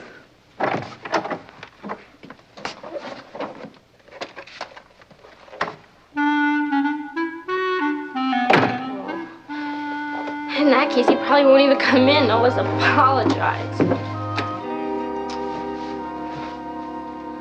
I'm sorry, Patty. It's not your fault, Ross. It's me. How can I hope to compete with a girl as cool as Cynthia Howard? I think you're just as cool as she is. Yeah? Am I just as pretty? Wouldn't you rather be cool and pretty? Thanks a lot. Well, I didn't mean it. Well, as a matter of fact, I think that any boy that wouldn't go for a girl as pretty as you must be out of his tree. Ross, that's the first time you ever said I was pretty. Well, Am I? Patty, I wish I had $1 for every time I've heard a certain person say so. Richard? No, Mom. Thanks a bunch. Wait a minute. Why don't you try to make up with Richard when he comes over? He's not even gonna come inside. He's just coming over to get his notebook. How about, suppose if you can't find it? Of course I can find it. It's right there. Yeah, but you know how things have a way of disappearing around here. Ross, that would not only be unethical, it would be wrong. Wait a minute, Patty. I think I got a way to make it ethical. How? Well, if I hide it somewhere, you really won't know where it is. That's collusion. All right, how about this? What's collusion? I don't know, but it means underhanded. Okay, supposing you tell me not to hide it, and I hide it anyway. That way I'll collude and you won't have to. Ross, you're a great rap. Hey, wait a minute. I just had another idea. What? I mean, just as insurance. Collusion insurance? Yeah. If I went to the movies, you wouldn't be able to ask me where I put the notebook even if you attempted to. Is that really necessary? Well, I'm just thinking of your happiness. Yeah. Yeah, it would be better that way. Okay, that'll be 75 cents for the movies and a quarter for popcorn. All right, forget the popcorn.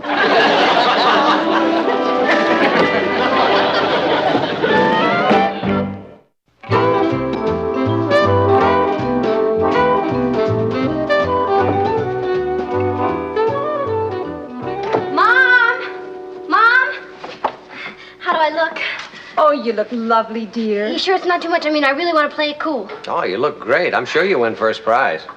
What? Aren't you going to a costume party? Pablo, for your information...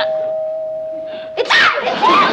Patty, don't rush. I love the way she plays it cool.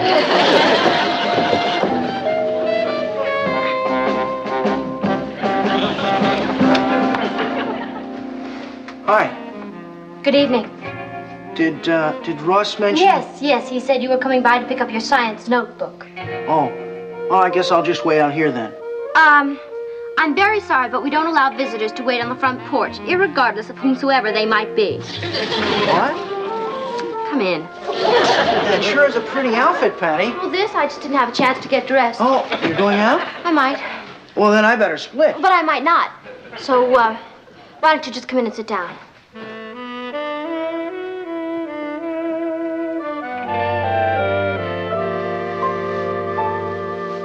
Boy, you sure look pretty, Patty. I do? And listen, Patty, about last week. No explanation necessary. Really? Absolutely not. Where were you?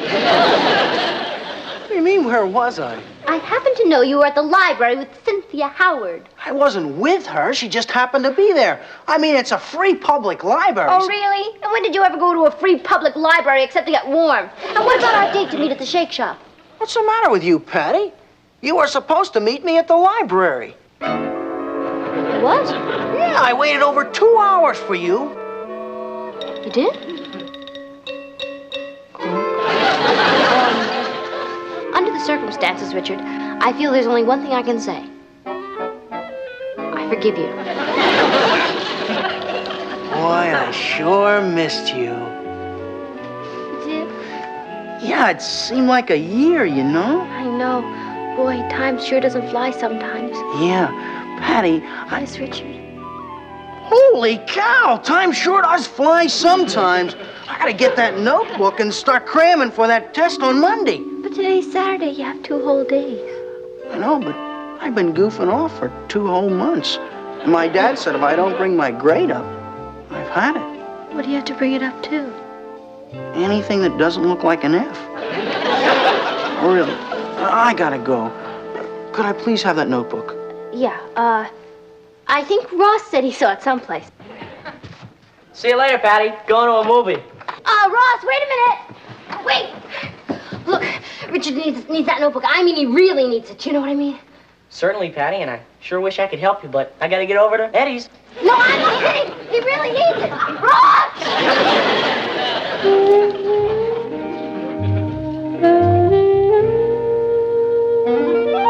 Well, that sister of mine is really great when she's putting on an act. You know, for a minute there, I thought she actually wanted that notebook. You think hiding in the laundry bag was safe?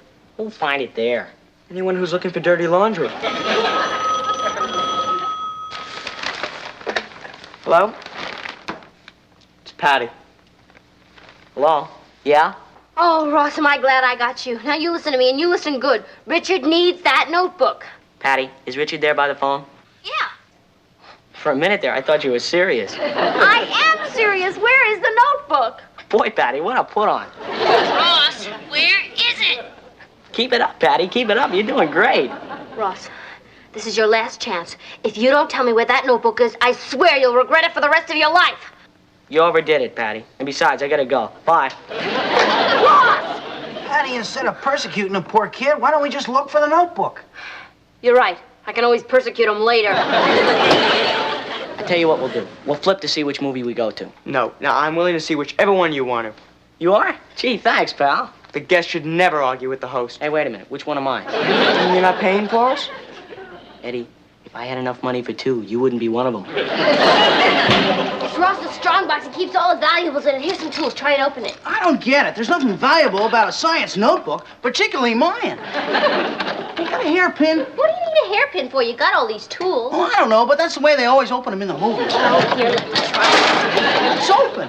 Some safe cracker. I don't see my notebook. That rotten little kid. I knew he was loaded, and he took my 75 cents, and then he ran out on the whole thing. What do you mean he ran out? Well, you saw him, Richard. He just ran out right before your very eyes. Yeah, but what you pay him for? It's something personal. Let's just forget about it. No, wait a minute, Patty. There's something here I'm beginning not to understand. Mom, we're going to check the kitchen. Okay, honey. Natalie, this is ridiculous. We've looked all over the house for that stupid notebook. Well, it's got to be here somewhere. Yeah, but meanwhile, I haven't balanced my checkbook yet. Well, then why don't you go back to it? You don't mind? Go ahead. Okay. Balancing a checkbook is more important than your daughter's happiness. Well, then go ahead. Where do you want me to look? Hey, wait a minute. There's something behind here. Is that the notebook? Well, move this a little and I'll try and get to it.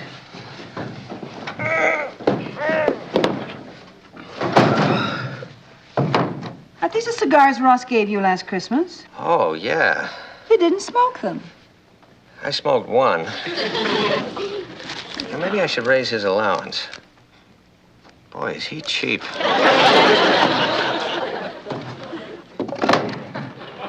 What are you doing? When Ross is old enough to smoke, he's going to get a nice present from his cheap father. Check Ross's room again. All right. Oh, maybe you should check the basement. Now you tell me. Oh, and Martin, as long as you're going to be down there, would you please take this laundry and dump it into the washing machine and turn it on. I'm sure it's safe for you to show up. Sure. Either they've already made up or they're never going to talk to each other again.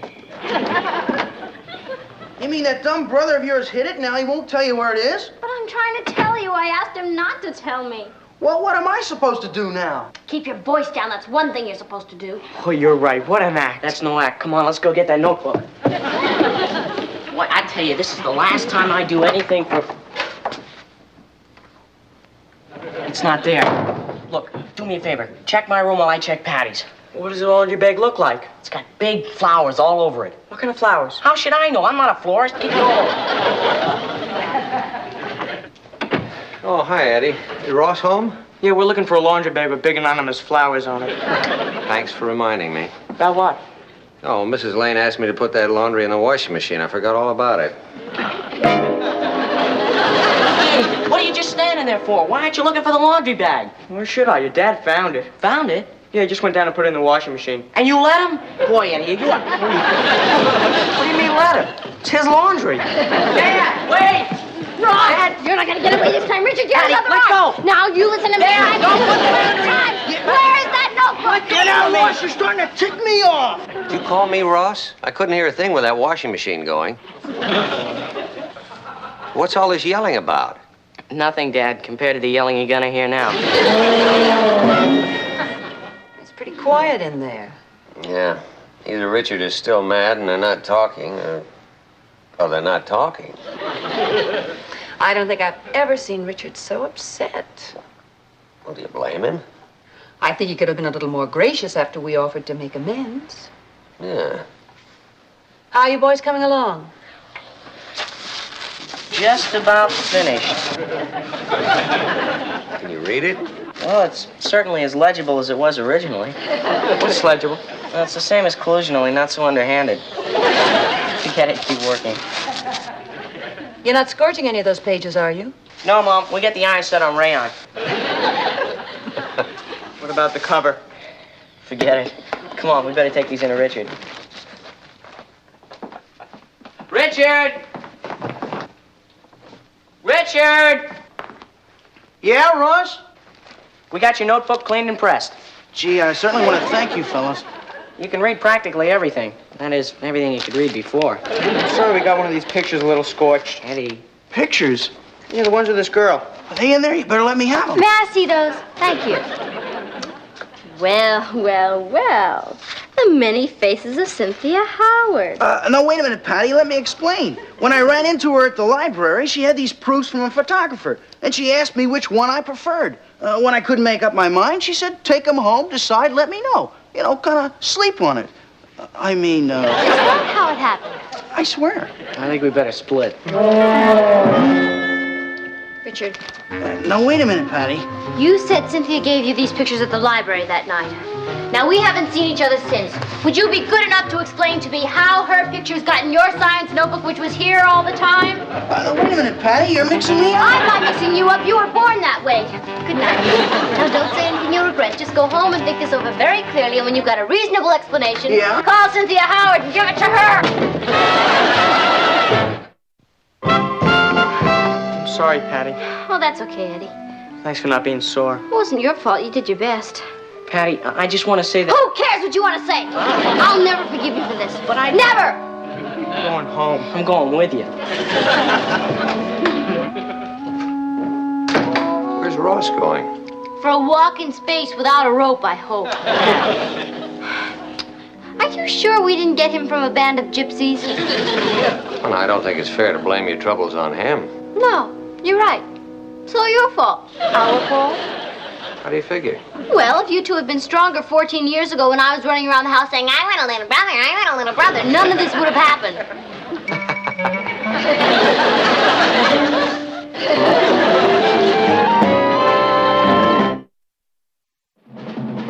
Here's Kathy, who's lived most everywhere, from Zanzibar to Berkeley Square. The Patty's only seen the sights a girl can see from Brooklyn Heights. What a crazy pair, but they're cousins, identical cousins, and you'll find they laugh alike, they walk alike, at times times they even talk alike. You can lose your mind when cousins are two of Two in the dining room living it up. Thank you, Kathy.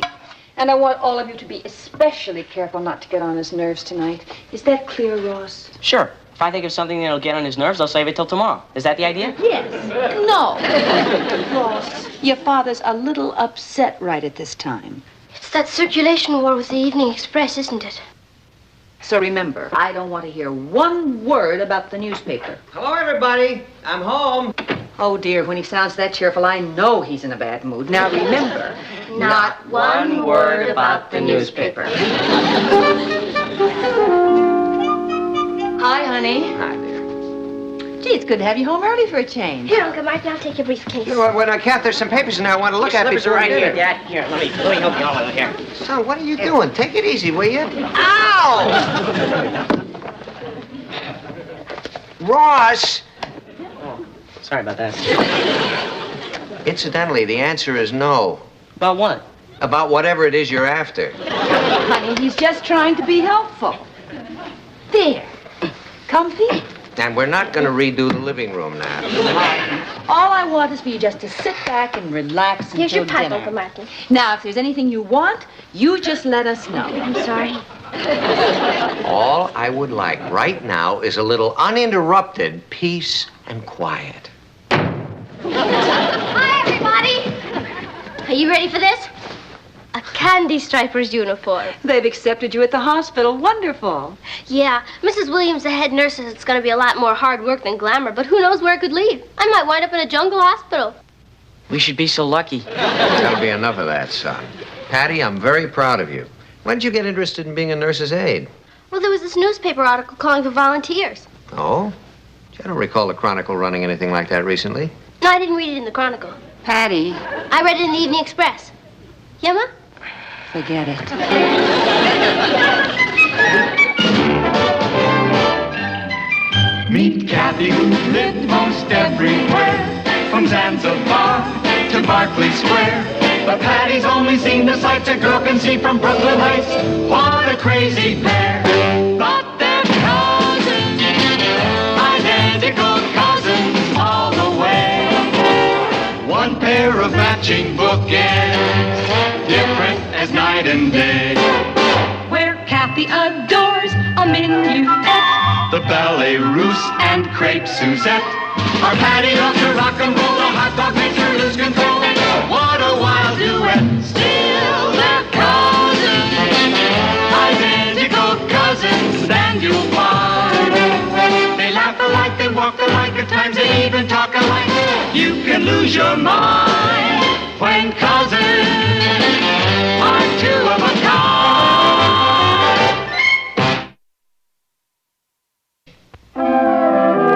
Well, why shouldn't I blow my stack, Jim? All I hear from you are excuses. Don't you think I got enough trouble with TJ on my back about the circulation problem? I don't see why I should have to tolerate this kind of asinine behavior from myself. Jim, I'm sorry. Forget the whole thing. If they dropped the front page in typesetting, I'm sure there was a good reason for it. Yeah, all right. Goodbye, Jim. Where was I now? Item 7, concerning the circulation problem. Oh, shut up. Oh, brother. Item 7, concerning the circulation problem. Perhaps the Chronicle needs a new image. Papa, would you mind if I took a real quiet look at the medical encyclopedia? No, go ahead. Thank you. Larger masthead, easier to read type, maybe greater photo coverage. Item 8. Sorry. What's that? Oh, it's been for taking your blood pressure. A sphygmometer. Yeah, I got it at a medical surplus store just in case there's an emergency at the hospital. Patty, what kind of an emergency could there be where they'd allow a nurse's aide to take blood pressure? An epidemic, maybe, if I'm lucky. Item 8. How about doubling the size of the sports page? Item 9. Another possibility might be to lower all new subscription Oh, rates. can I borrow your left arm? What? Well, Well, you're only using your right hand, and I thought if you weren't using the other one, I could take your blood pressure. Patty, I know what my blood pressure is. Boiling. Now, will you take that thing and get out of here? Sure, Papa. Just thought you'd be interested in my career. Oh, Patty, wait a minute. Look, honey, of course I'm interested in your career. I'm interested in whatever you're doing. It's just that there are times when life forces us to be more interested in other things, like making a living. Pretty rough, huh? Well, let's just say that if the Chronicle circulation doesn't improve, then T.J. Blodgett's disposition won't either. So I'm trying to do everything I can to come up with new ideas to hypo the sales. How about a contest? No, the Evening Express specializes in contests. They run every one in the book. Yeah, but a medical contest? A what?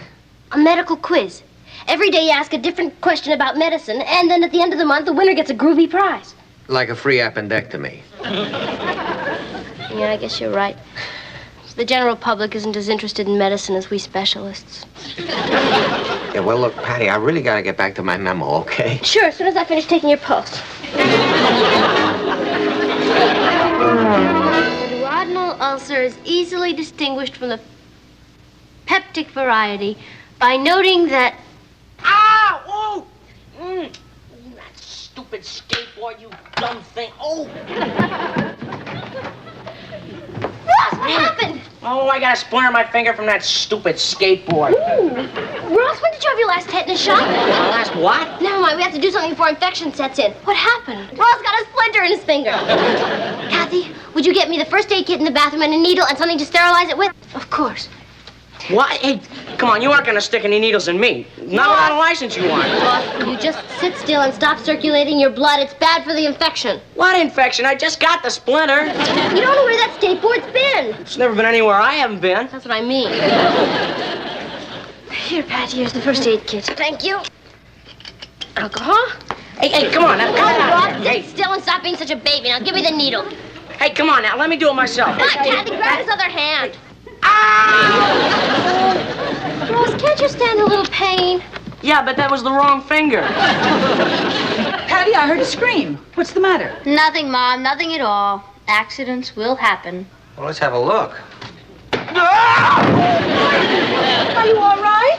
Oh, my ankle. Oh, don't anybody touch him. He might be fractured. Just stay away. Let him breathe. Okay, now. Don't worry, Papa. I'll help you out. Let me see. Bandage, compress. Oh, darn, I don't have any splints. Natalie, would you please call the doctor before she starts to operate? Keep him quiet now.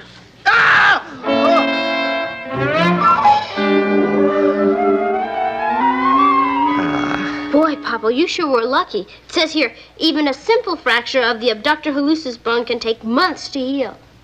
I'll bear that in mind. Next time I'm tempted to trip over a skateboard. Hey, where did Dr. Fenneman go? He's talking to Mom. You're sure it's nothing serious, Ralph? Positive. I only wish I could be as optimistic about his general condition. I've never seen Martin quite so on edge. These last few months have been impossible. Nights, weekends, he practically lives at the office. What he needs is a nice long weekend in the country with plenty of quiet. Now, in the middle of that awful circulation war with the Evening Express, he'd never go. He'd think he was deserting under fire. Well, if he won't go away, let me see what I can do on the home front to get him some rest.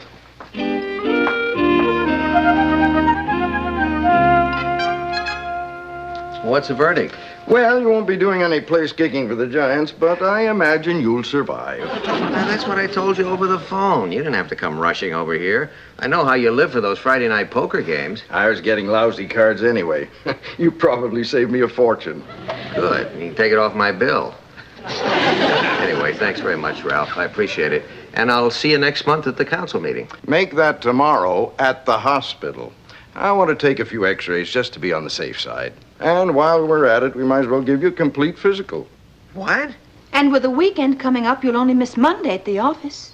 Oh, now, wait a minute. Oh, So I'll see you there at 9 a.m. tomorrow. oh, brother. Martin, stop grumbling and be grateful you have a doctor who cares. Hey, Papa, you know what I just realized? What? Tomorrow's my first day at the hospital, too. Oh, really? Yeah, now you have two things to be grateful for.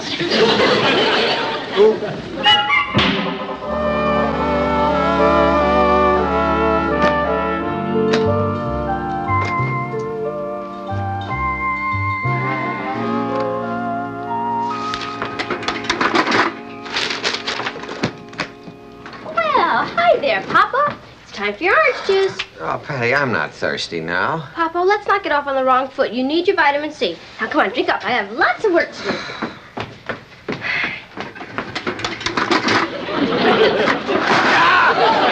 Sorry, Papa.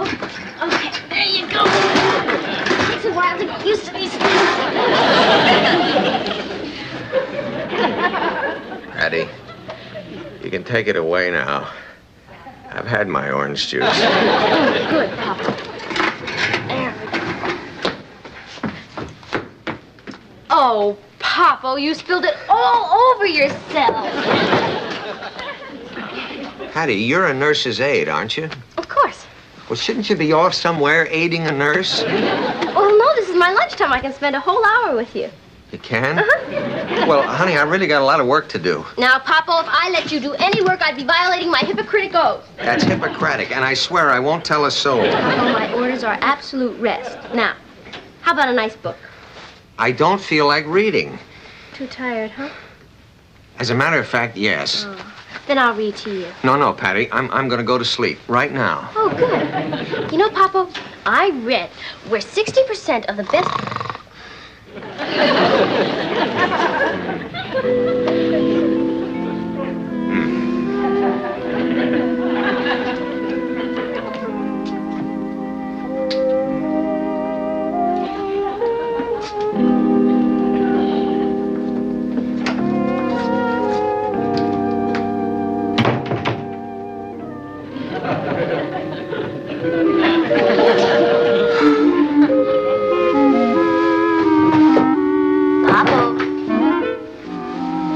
If you're looking for your briefcase, I took it for the duration. Pleasant dreams. Bye.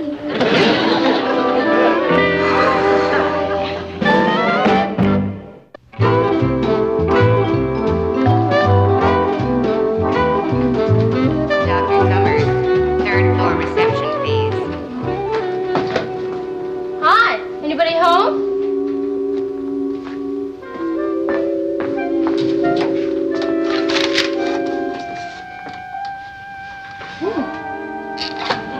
Professor Schroeder?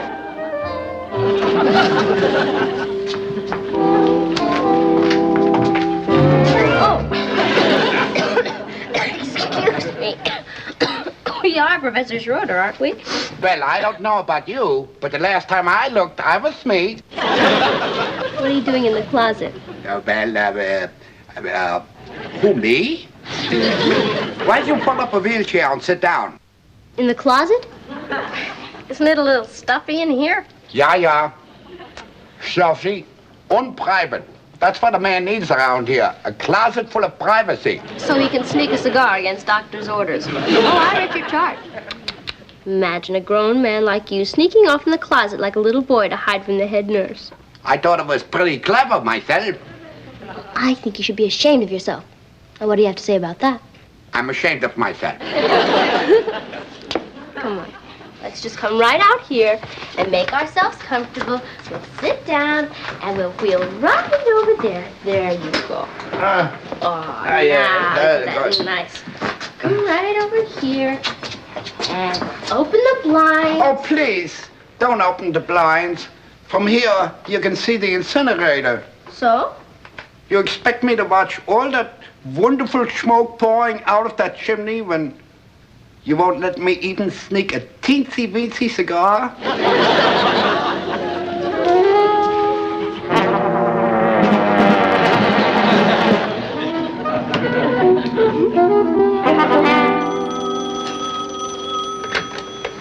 Hello? Oh, hi, TJ. How's everything at the office? Martin, I think I've got a hold of something big. Did you ever hear of a Professor Heinrich Schroeder? Oh, yeah, he's a space scientist, isn't he? He's got a book coming out about how to colonize the moon. Yeah, that's our boy. Martin, do you realize what a daily serialization of that book could mean to the Chronicle? Yeah, 10,000 new readers, maybe 20. You mean you got it set up? No, not exactly. I've decided to leave the details up to you, inasmuch as Schroeder checked into the hospital there this morning. Now, all you have to do is find out what room he's in, then you make your pitch, and then... Oh, now, wait a minute, TJ. I can't go barging into a man's hospital room with a business proposition. That isn't ethical. Who said anything about barging? Use your ingenuity. Like what? Like you used to when you were a young reporter, without ethics. Wait a minute.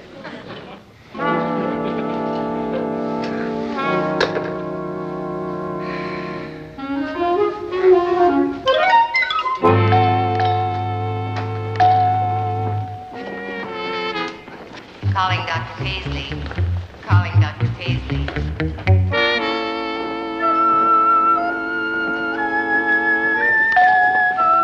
Pop-O, you know you're not supposed to be out of your room. Oh, well, I just thought I'd stretch my legs. I mean, my arms. So I decided I'd better take a little walk. Ride. Dr. Fenneman says you're supposed to stay off your feet. I am off my feet. I'm sorry, Papa, but rules are rules.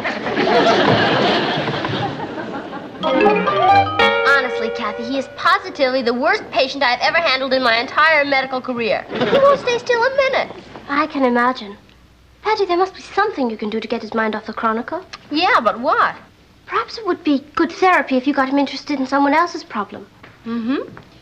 Yeah, it's a good idea. Of course, I don't know how you'd go about it, but... Oh, that's okay, Kathy. I'll figure it out. Papa doesn't know it, but he's about to get a crash course in instant therapy. Thanks a lot. Goodbye.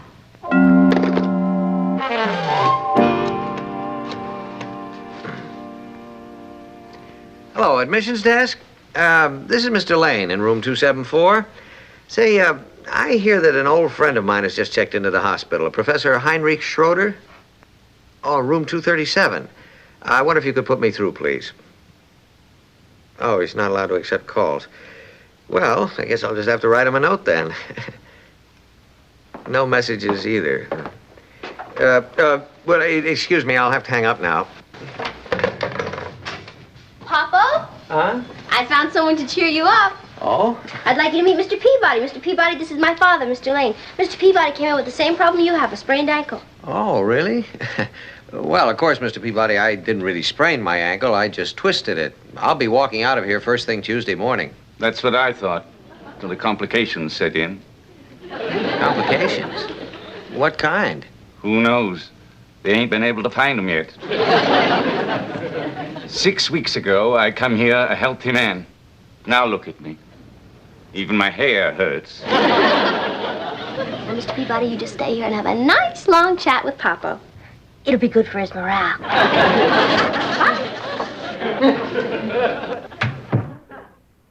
Nice girl you got there. Thank you.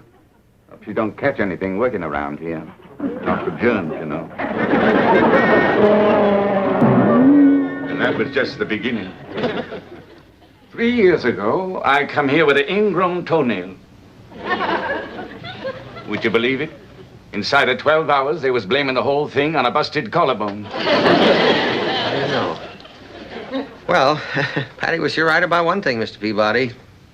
You've had an amazing effect on my morale. Always glad to help a fellow sufferer. Believe me, Mr. Peabody, I'll never forget you for this. Now, I hope you don't mind if I get you started on your way. See, I think I'd like to be alone for a while I make out my will. Goodbye, Mr. Peabody.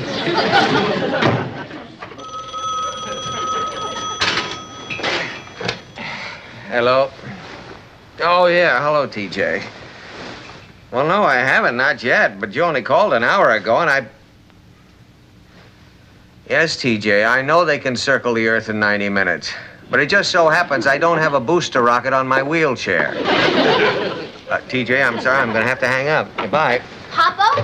Huh? I brought a visitor by for you. I thought you might be bored, so this is Peter Mason, and he's come by to cheer you up. Hi, Mr. Mason. No, I think you're Mr. Mason. Oh, yes. That's right. Mr. Mason is a poet. Oh, really? Mm-hmm. He hasn't had anything published yet, so I thought maybe you could give him some advice. Yeah, well, I'd be very happy to. Well, it just so happens I have a sample of my work right here, Mr. Lane. It's a short history of Liechtenstein. Well, that's a very impressive piece of work, Mr. Mason. 857 pages. If you spread them all out, they'd be larger than the whole country. He's very amusing, Patty, just like you said he would. Well, I'm very sorry, Mr. Mason, but I really don't have time to... But they're very fast reading, Mr. Lane. It's all in verse.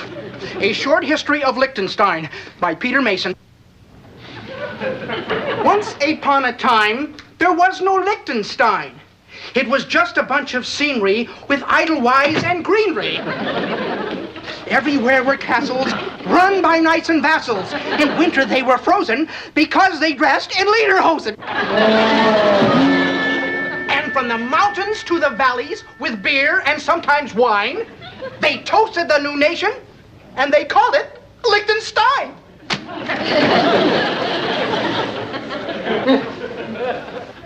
What do you think? Well, there's a lot to digest. Oh, you want me to read it again? No.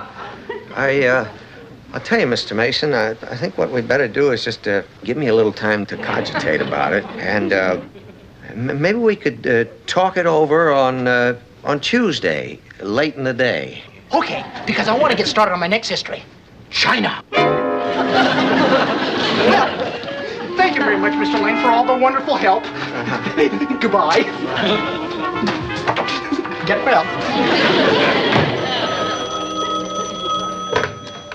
For heaven's sakes, TJ, will you give me a chance? I was just on my way out the door to talk to the... Natalie? Martin, what's the matter, dear? Why are you so upset? It's your daughter, the poor man's Florence Nightingale. What has she done? You mean, what hasn't she done? In the past 4 hours, she has deluged me with a parade of characters that would make your hair stand on end. Natalie, I swear, if she comes through that door with one more crackpot, I'll call you right back. Hi, Papa. You're just the young lady I want to talk to, Patty. Oh, good, but first I'd like you to meet one of the most interesting men... One moment. Pardon me, sir, but this is a private conversation. Oh, yeah. Far would it be for me to intrude between a father or his daughter, especially such a charming daughter. But if you'll take my advice... At the risk of being rude, I don't want your advice. Papa. Oh, that's all right, Liebchen, I understand. What I wanted to say was... I don't care what you wanted to say, sir. Would you kindly leave? I'd like to be alone. Don't worry. With your disposition, that should be easy. It's lucky that girl takes after her mother. Only unmitigated gall. He comes barging into my room and he insults me. Don't blame him. It was my fault. I thought you'd be delighted to meet a nice man like Professor Schroeder. Patty, at this point, I wouldn't be delighted to meet the... Professor Schroeder? Heinrich Schroeder? Yeah, that's him. He's a pretty big wheel, you know. Now you tell me. Patty, I've been trying to talk to him all day. I've got to find him now. Professor Schroeder, sir, just wait a minute. Sir, please, I've got to explain. I'm terribly sorry about what just happened. Finally got him interested in somebody else's problem.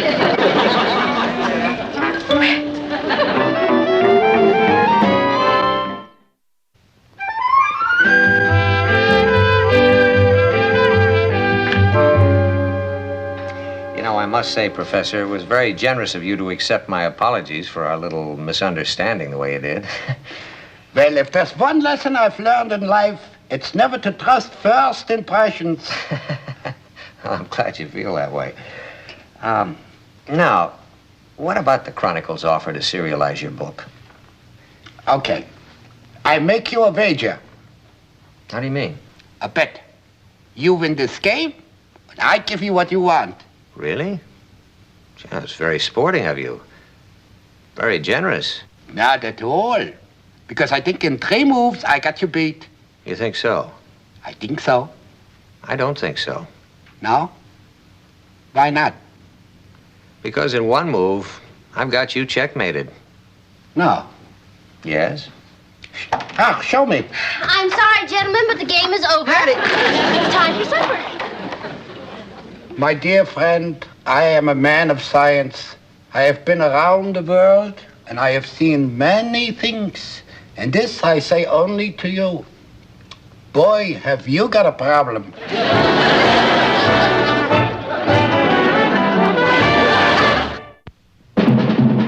Here's Kathy, who's lived most everywhere, from Zanzibar to Berkeley Square. The Patty's only seen the sights a girl can see from Brooklyn Heights. What a crazy pair, but they're cousins, identical cousins.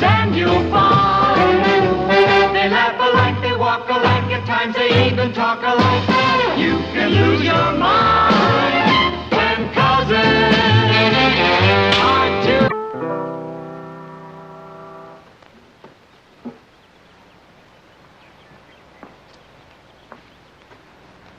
What's so interesting out here? Oh, nothing. The Johnsons are having their garage painted.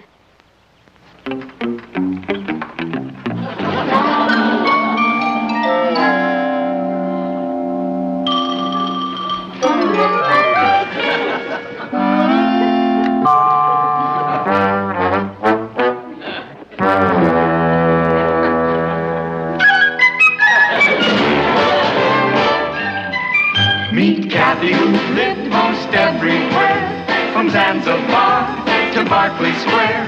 But Patty's only seen the sights a girl can see from Brooklyn Heights. What a crazy pair! But they're cousins, identical cousins all the way. One pair of matching bookends, different as night and day. Where Kathy adores a minuet, The ballet russe and crepe Suzette. Our Patty loves to rock and roll, the hot dog makes her lose control. What a wild duet! Still they're cousins, identical cousins, and you'll find they laugh alike, they walk alike, at times they even talk alike. You can lose your mind when cousins are two of a kind.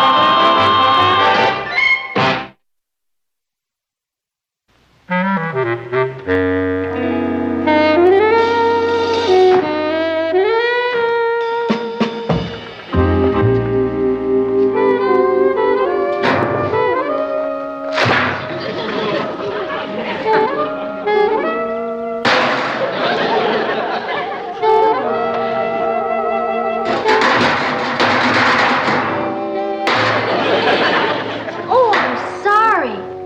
I hope I didn't disturb you. That's all right. I'm Patty Lane. I live here. I'm a neighbor to the Johnsons. Uh-huh. I've been their neighbor ever since we moved next door to each other. I certainly admire the way you handle that brush. I think being a painter is a marvelous career. I'm not a painter. This is just a summer job. I go to forestry school.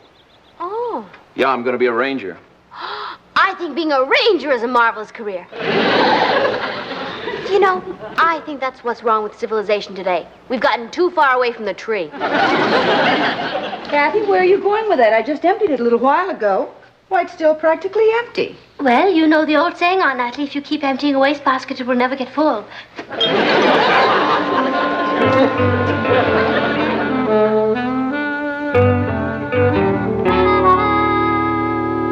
Mom,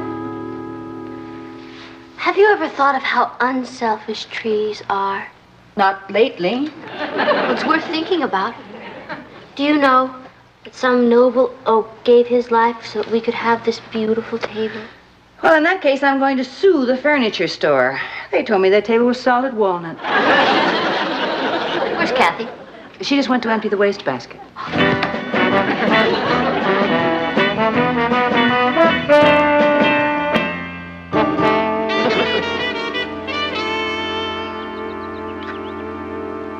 Mom, don't you think the curtains in our room need to be ironed? Yes, they do, honey, but I just don't have time today. Oh, look, Mom, it's Kathy's in my room. I'll iron them. I'll go get the iron. Pat, I don't think that's a very good idea. You know, the last time you tried to iron them, you almost burned the house down. Oh, yeah. Well, look, if you're trying to tell me that Kathy is a better ironer than I am, I won't be hurt. I'll go tell her.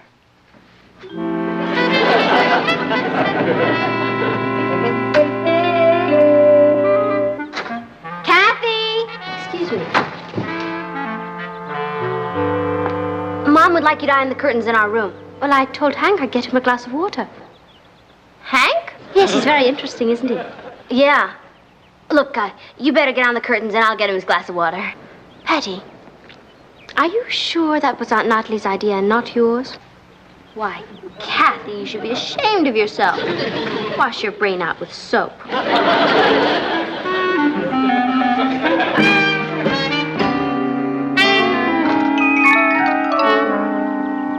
Thanks, Patty. You're welcome, Hank. I know it doesn't have that tang of water fresh from a mountain stream, which I so love, but it's all we can get out of our tap. Funny how you and your cousin both go for the outdoors. Well, I suppose some of my enthusiasm is rubbed off on her. Yeah. She said she once spent her vacation in the Alps and climbed the Matterhorn. She called that a climb? It's supposed to be pretty high. That's because Switzerland is so small, it just makes the Matterhorn look big by comparison. Give me the Rockies any day.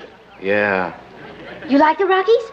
I've got an application in for assistant ranger at Yellowstone Park. No kidding.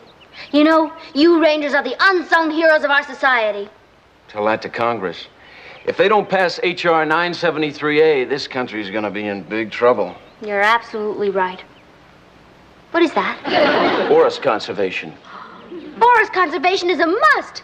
It should be supported by everybody who loves wood. You really feel that way? Of course I feel that way. Do you know I was the only kid in my class who hated Pinocchio? Dr. S.L. Talbot, $50. Hey, Natalie, how long are we going to have to keep paying this dentist? Till we get Ross's teeth untangled. Well, I wish he'd smile once in a while when we have company so people could see what a generous father I am. Papa, excuse me. Can I ask you something about going to the beach again this summer? Yeah, what about it? Well, are we going to keep going there year after year? I thought you enjoyed the beach. Oh, yeah, I do, but, you know, there is such a thing as getting into a rut. I mean, all they have there is sand and water. Couldn't we do something more outdoorsy? More outdoorsy than the beach? Well, higher and greener. Like mountains and forests. Someplace where you can sleep under a blanket of stars and listen to the forest murmuring in your ears. Well, I'll think about it. Thanks, Papa. Oh, by the way, Papa, while you're writing, don't forget to send a letter to your congressman and tell him to vote yes on H.R. 973A. What's that? Forest conservation. The whole thing is snowballing. Get behind it. You too, Mom. What's his sudden passion for the great outdoors? I'm not sure, but I think the answer is a bunch of muscles at the end of a wet paintbrush. It is a gymnosperm. Protagonist Pinus foolishness. It is a Where's Kathy? She's outside emptying another wastebasket. Boy, I tell you, if you want to find dirt in this house, you gotta borrow a cup next door.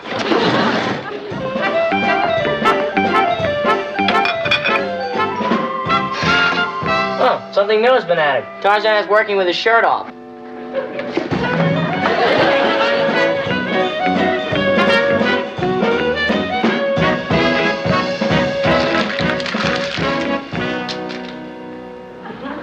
Is that wastebasket gone again? I'll get it.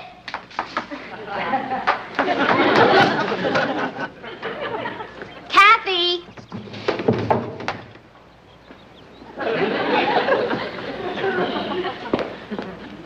What is it, Patty? Mom needs the wastebasket, Kathy. Where are you going? To get rid of this.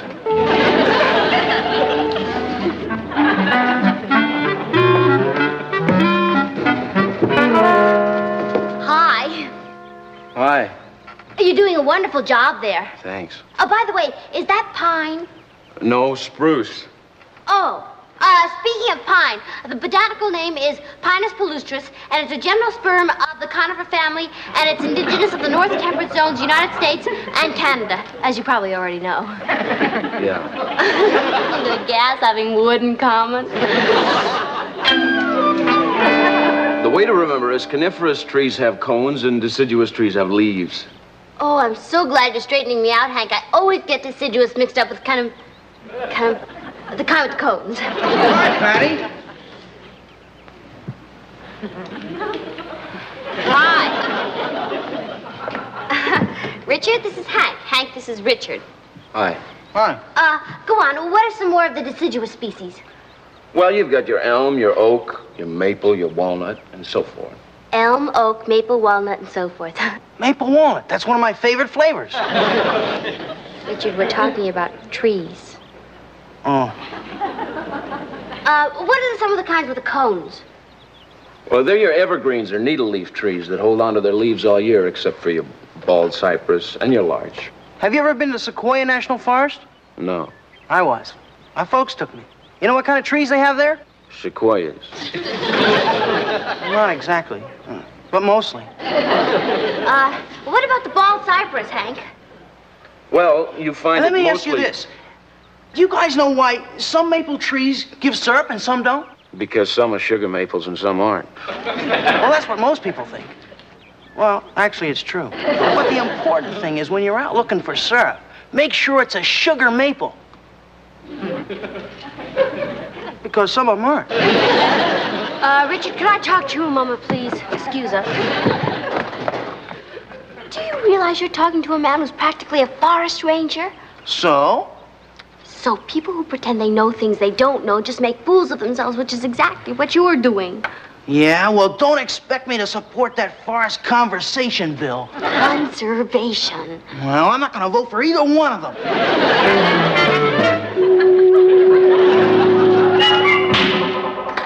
Natalie, where are you? Patty? Kathy? Ross? Honey, what's wrong? Nothing's wrong. Sit down, sit down. Listen, when I was at the office today, it hit me like a brainstorm. Oh, hi, kids. Come on, sit down. I want you to hear this. Patty was right. Of course I was. About what? Well, about our going to the beach every summer.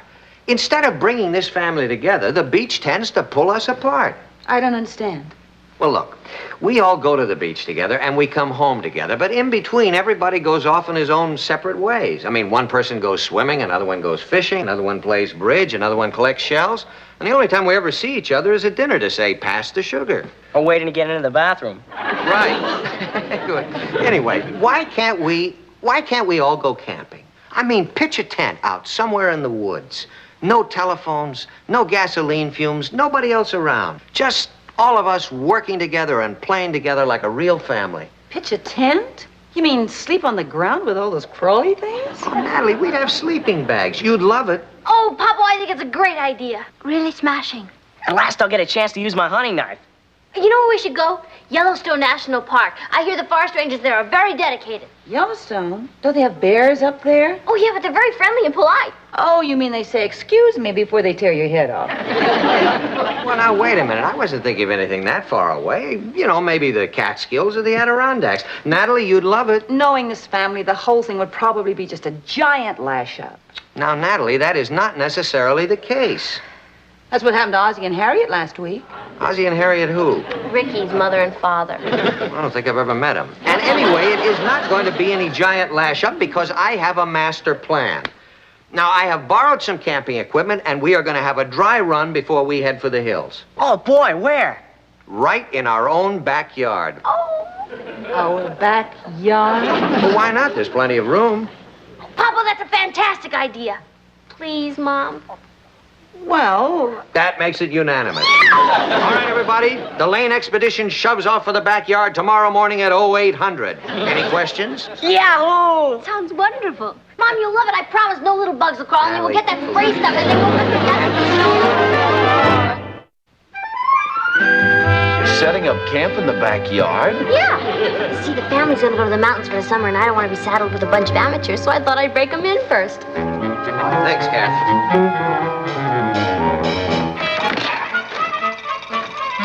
6-man life raft? Don't tell me you expect a flood. Oh, of course not. Ed just gave me all the equipment he had. This is ridiculous. Lewis and Clark didn't take this much stuff. Lewis and Clark?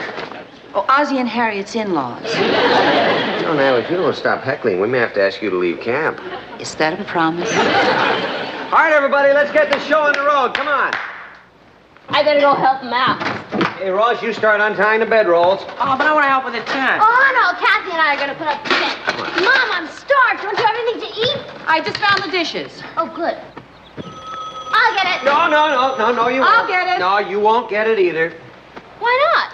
Because if we're going to do this thing at all, we're going to do it right. Now, as far as you're all concerned, we're out in the woods, miles from the nearest phone. It's funny, I can hear it just as clear as day. I repeat, Ross, we are in the wilderness. That is not a phone ringing. Don't be silly, Martin. That call might be for me. Or me. Or even me. Oh, come on now, all of you. Papa's absolutely right. If we're gonna do this, we're gonna do it completely. Thank you, Patty. Now, everybody tries saying to himself, there is no house. We are alone in the woods. Trying to keep a woman from answering a phone is cruel and inhuman. What phone? Do you hear a phone? I don't hear a phone. Do you hear a phone? No, I hear a bird ringing. Now, come on, everybody repeat after me. There is no house. We are alone in the woods. Well, come on, repeat it. There is no house. We are alone in the woods. Okay, Ross, you get started with the fire and girl... Holy smoke, you know, I bet that's Bert on the phone about the golf game. What phone? I don't hear any phone. No, Natalie, don't be silly. This is important. Papa, have you forgotten? There is no house. We are alone in the woods.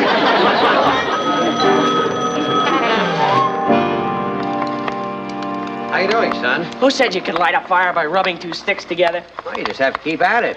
Why can't I use some matches? Because every experienced camper should be able to start a fire by friction. Suppose you were out in the woods and you lost your matches. I couldn't. What makes you so sure? Because you're always telling me I'm too young to carry matches. Ross. I know the pole is too short, but if you keep moving, you'll make the whole thing fall down. The stakes are going to come out. Come on, Patty, now stop it. All right, now, just simmer down in here. Let's have a little less argument and more cooperation. Now, this is simple. All you need is the pole that holds up this end of the tent. These are the only two poles left, and they're too short. Oh.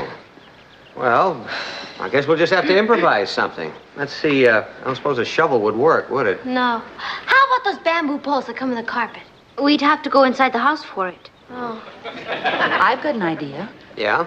Why don't we forget the tent and sleep in the house like human beings? Now, Natalie, let's not panic. I mean, I'm sure we can find a substitute for a pole. Oh, Mr. Lane? Uh-huh. Those two short poles you've got. Yeah? I think you'll find one fits into the other. Well... Oh, yeah, gee, thank you very much. Huh, I wonder why...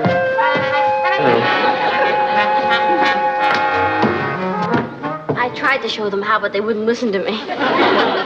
Well, I'm gonna pack it in. But you're coming back tomorrow, aren't you? Sure, to finish up. Oh, good. I can't tell you what a comfort it is knowing that we have a real live forest ranger right next door. Well, so long. See ya.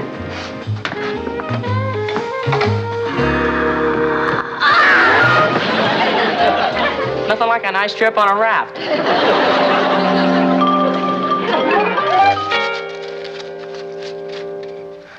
Patty, don't eat them until they're cooked. I can't help it. That may be never. Ross, how's it going? No luck. Well, stay with it.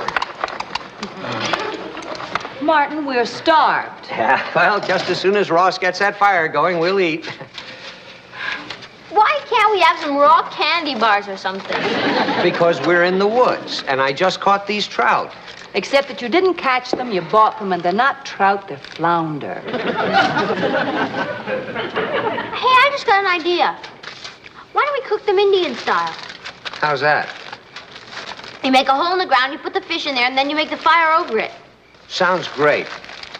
It does? Yeah, it seals in the flavor. Hey, whet your appetites, everybody. We're going to have our fish Indian style. Faster, Ross, faster. You've almost got it. That's it, girls. Come on, blow, harder. Come on. Hold it! Now, I know there's no house, and I know there's no paper, and no kindling, and no match, but I am starved. Yahoo! I've been freed! Well, there we are. Fish Indian style. Okay, everybody, let's dig in.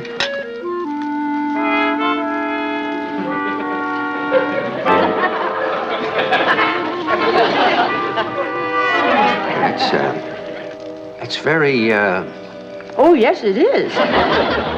Tastes kind of like, doesn't it? Yes, it does.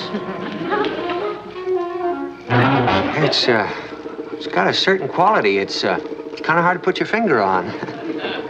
It's terrible. That's the quality.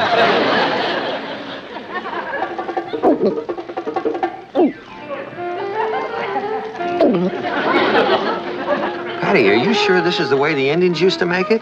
I only told you how to make it. I didn't say it was any good.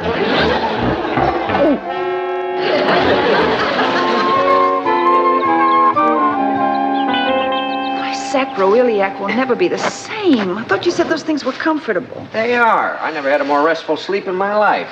Oh!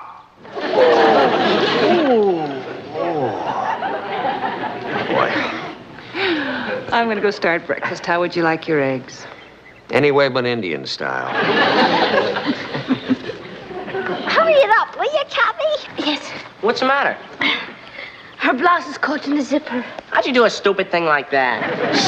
Trying to embarrass me in front of the whole world. Don't worry, the whole world hasn't come to work yet. What's the problem, kids? Oh, it's the zipper. What's wrong? Why doesn't everybody stop asking stupid questions and do something? Have you tried putting some soap on the zipper? Careful, dear, you'll tear her blouse. Papa, please hurry it up. All right, now, don't get hysterical. Listen, I've got a thingamajig in the house for fixing a zipper.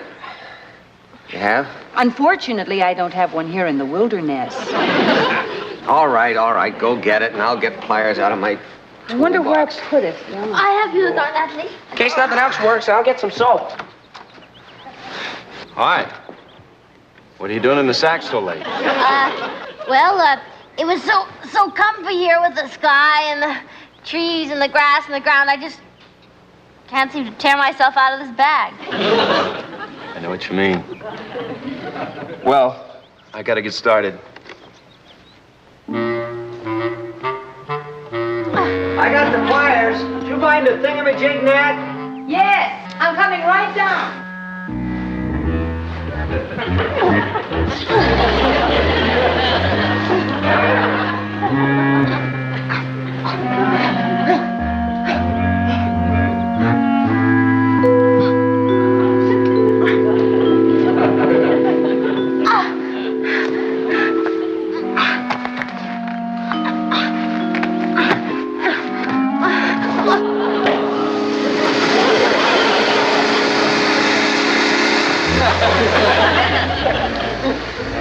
Where is she? Where in the world did she disappear to?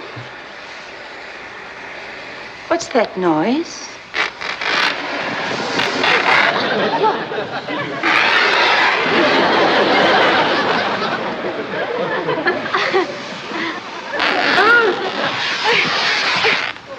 What happened?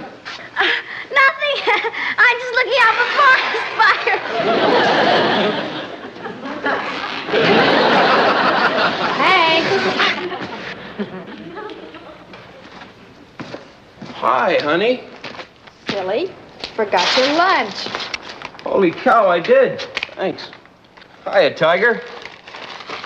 Yep, he's getting to look more like his old man every day.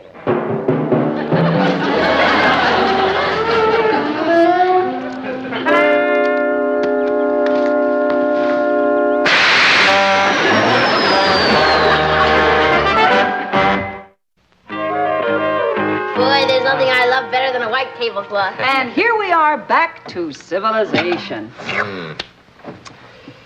Well, we certainly learned a lot. Didn't we, though?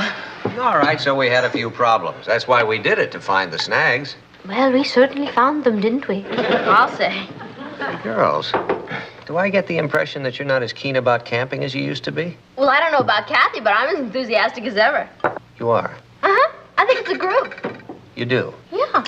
But, for your sake, Papo, I really think we ought to go back to the beach this summer. For my sake? Well, I know how much you'd miss your deep sea fishing. Please don't mention fish. Patty, what about the mountains and the stately pines? Well, I figure it this way, Mom. You've seen one tree, you've seen them all. Well, I certainly wouldn't miss my deep sea fishing, but I wouldn't want to deprive the rest of you. Please, deprive me. Personally, I can't wait for a house full of sand. I'm for the beach, too. Papo, I just got the greatest idea. Yeah? The first fish you catch, I'm gonna cook it. Really? Mm-hmm. I got this great recipe no Indian ever heard of. Good. You take the fish, and you bury it in the sand. No, thanks. And then you go to a hamburger stand.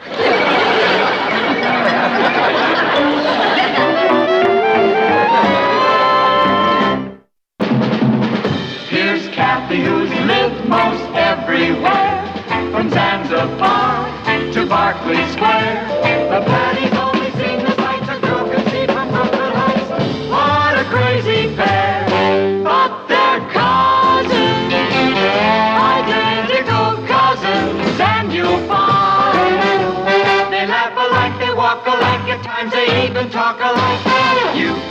your mind when cousins are two of Cynthia!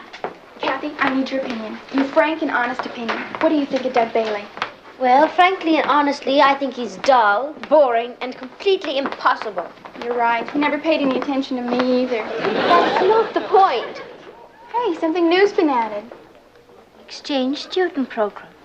Wonder who we can exchange for him. Why, that would be exciting. Buenos Aires is the Paris of South America. Maracas in the moonlight. Flamencos to a mad guitar. Dawn over the Andes. And I understand there are 4 men to every woman. That'd be heaven if a girl only got half her share. It certainly sounds exciting. Kathy, do you suppose... No, my family'd never let me go. Hey, but you could go. Oh, I'm afraid my family wouldn't let me go either. Well, they're in England. No, I mean my family here. Aren't you a little bit confused? The Lanes aren't your family. Well, they certainly think of me as one of their own, and they wouldn't let me go any more than they'd let Patty go. Oh, Kathy, don't be ridiculous. Of course they would. I mean, you're just a visitor. Cynthia, that's silly. One way to find out. Ask them. I have a good mind to do that just to prove you're wrong. I dare you to try it. You'll see I'm right. You know, my grandfather has a saying. After a few days, fish and visitors start to spoil.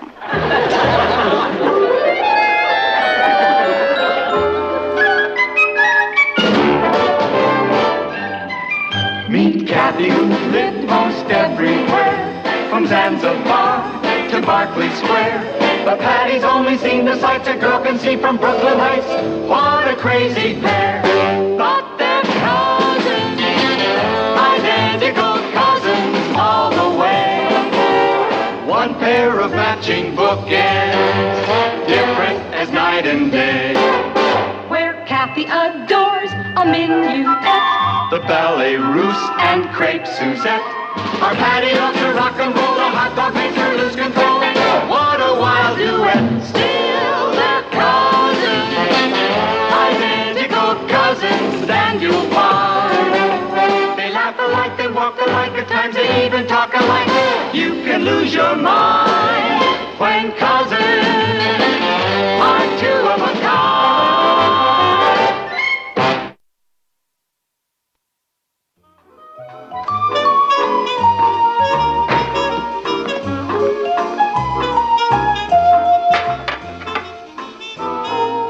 He'll be ready in a couple of minutes, Ross. You said that an hour ago. Well, I had a little trouble with the fire going out. You know, if we'd done these in the kitchen on the broiler, we'd be finished eating by now. You're the only kid I know who doesn't like charcoal broiled steaks. Dad, it's the space age. Why put up with Stone Age cooking? Steaks on! All right, everybody, let's go. Steaks on.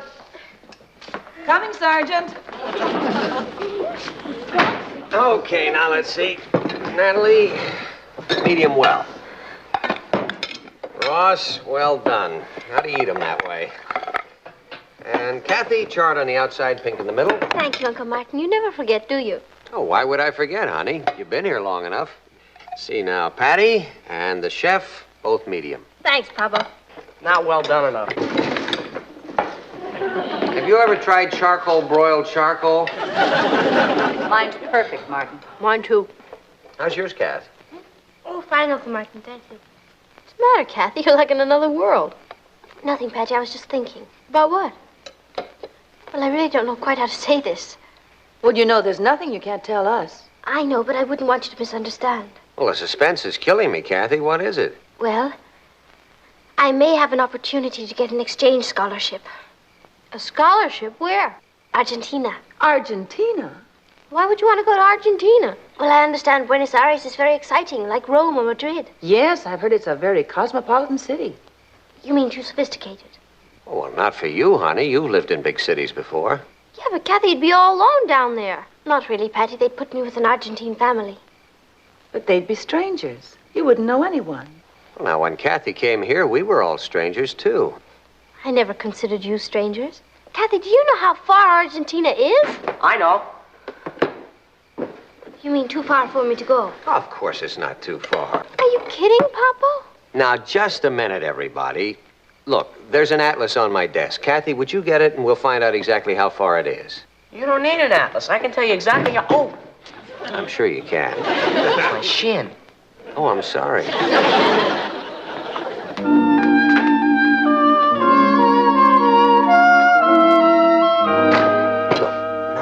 seems to understand, but this is a big opportunity for Kathy, but she's got a conflict about it because she thinks we don't want her to go. She's right. If Kathy leaves, I'll be devastated. It would be like losing my own daughter. Who'll help me with my homework? Now, wait a minute. In the first place, she's not going yet. She's just thinking about it. And in the second place, if we're going to be fair to Kathy, we've got to let her decide this by herself. Don't you see that? I don't think she can't should do this to me. Martin. I don't care about being fair. Now, hold on. You just don't seem to understand. It's hard enough for Kathy to make a decision like this without your making it any harder. What are we supposed to do? Be cheerful? Exactly. That's what I want you to do. Be cheerful. In fact, we've got to convince her that we're happier about this than she is, no matter how we feel. Now, I can't believe how far Argentina is. 5,300 miles. well, that's only 10 or 11 hours by plane. Yeah, sometimes it takes us that long to get across town. I'll get it. Well, as long as nobody minds my going. You know we'll miss you. I'll miss you too. Well, you can come and visit us on your vacations. Yes, I suppose so. Let's face it, Kath, this is too big an opportunity for you to pass up. Yes, it is, isn't it? It's for you, Cap. Cynthia.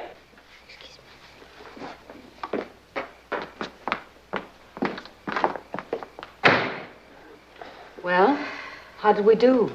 Well, not bad. But we're going to have to do even better if we're going to convince her. You won't believe this, Cynthia. Not only didn't they object to my leaving, they actually seemed quite cheerful about it. Yes, they didn't object at all. Isn't that wonderful? Well, of course. Oh, yes, I'm just so miserable I could die. I thought they'd put up a little fuss. Oh, what can I do? I'll just go right downtown tomorrow after school and fill out an application. Well, of course I'll miss them, but we'll write. And you know something else, Cynthia? Your grandfather was right about visitors and fish.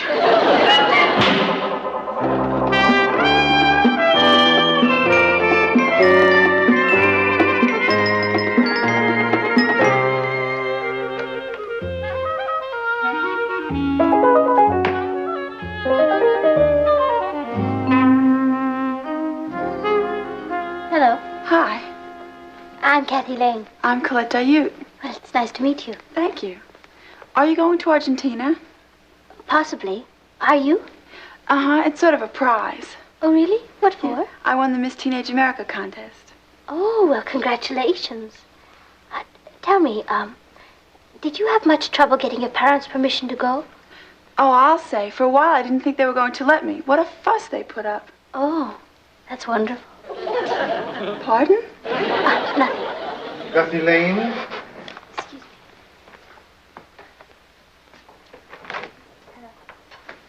You certainly have a very good record. Thank you. I'm going to love going to your country. I think you will like Argentina. Oh, I'm sure I'll love it. I've always wanted to go to Buenos Aires. The music, the fiestas. Well, perhaps someday you will. Someday? What would be the point of sending you to Buenos Aires? It would be like sending you to Paris or Rome. Is that bad? No. But the purpose of this program is for you to absorb some of our native culture, our customs. You are going to Fin del Mundo. Fin del Mundo? Where is that? It's a small village high in the Andes, very colorful. And very isolated. Oh, very. You'll find it an ideal place to study. No distractions. And no boy. I mean, no distractions at all. Of course, Fin del Mundo has its boys. Fine boys in whose veins the blood of the conquistadores still boils. Even at that altitude? But naturally, your chaperone will be with you night and day to make sure they do not harm you. Naturally. Would you fill this in, please?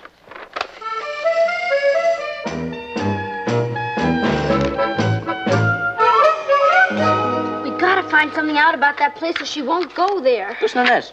Argentina has some of the most colorful fiestas in South America. That's not the kind of thing we're looking for. And will you please stop eating those potato chips and concentrate? I'm using them to keep my place. Uh-oh. What's the matter? This is about the courtship customs down there. Yeah? Any pictures? All I know is Kathy better watch her step. She gets A in math and science, but when it comes to men, that's a whole different story. Yeah, but you got an A in biology, too. So she can dissect a frog. What's biology got to do with men? Pretty complicated. Listen. When a girl wishes to show that she is single and available, she places a rose behind her right ear. If she places it behind her left ear... She's available, but not single. It means she's single, available, and interested. Now, if she drops the rose when she passes a boy, it means she's... A butterfinger. It means she's attracted to the boy and would welcome in advance. Oh, boy, I think Kathy's going to be in big trouble down there. I don't think so. Why not? She's allergic to roses. Ross, will you fill your mouth with potato chips and keep reading?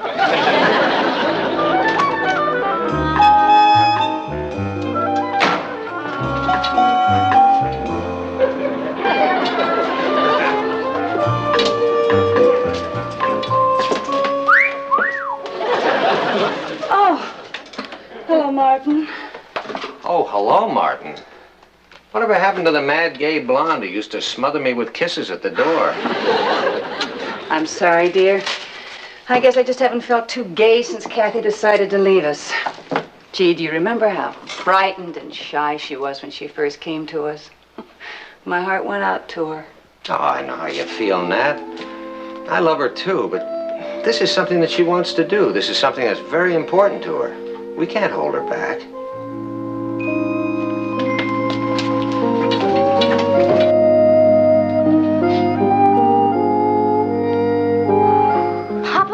We got something that's gonna put out the fire. Yeah. Hey, whatever happened to hello, Dad, how's your game? I'm sorry, Papa, but this is important. Listen, go ahead, Ross, read it. Ross, why do you insist on using potato chips as bookmarks? Listen, in some South American countries, the average lifespan of the native population is a mere 32 years. Very interesting. Papa, interesting. Don't you realize that Kathy's gonna be cut down in the prime of her life and it's gonna be our fault? Okay, look, if that doesn't impress you, listen to this. Quite often in South America, young girls are betrothed at the ages of 9 and 10 and married by the time they are 12 or 13. Are the two of you really worried about Kathy's getting married? Of course not. I'm worried about her being an old maid. By the time she gets there, all the 9 and 10-year-olds will be taken. And just what do you intend to do with this choice bit of information? Tell Kathy, of course. Oh, no, you won't. Papa, when a person runs across a choice piece of information like this, it's her duty to speak up. And now look, the two of you, just sit down over here for a minute. Have a little talk about this. Now look, both of you love Kathy, right? Of course we do. Well, now then you certainly don't want to be millstones around her neck, do you? No, sir. All right. Now, Patty, one thing you're not is selfish. I mean, you're always giving your time to other people, extending yourself for them. Can you do less for Kathy? No, Papa, I guess not.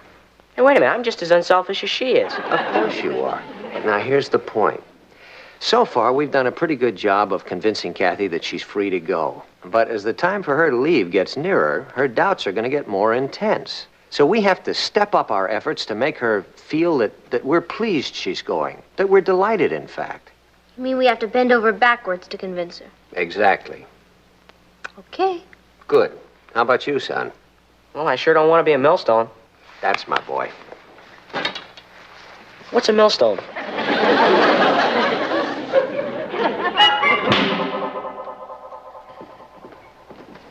Hi, Kathy. Hello, Uncle Martin. Did you get your application filled out? Yes, but you'll have to sign it to make it official. Oh, what'd they say about your chances? Very good. Marvelous. Uncle Martin, if you've changed your mind, it's not too late. Changed my mind about what? About my going. Oh, of course not. I tell you, let me have the application. I'll sign it right now. Uncle Martin? I'm not going to Buenos Aires, you know. You're not? No, I'm going to a little town called Fin del Mundo. Oh, uh-huh. It's actually not a town, it's a village. Do you know what Fin del Mundo means? Oh, let's see. I used to be pretty good at Spanish. Fin means, End. End, right? And mundo means... World. End of the world.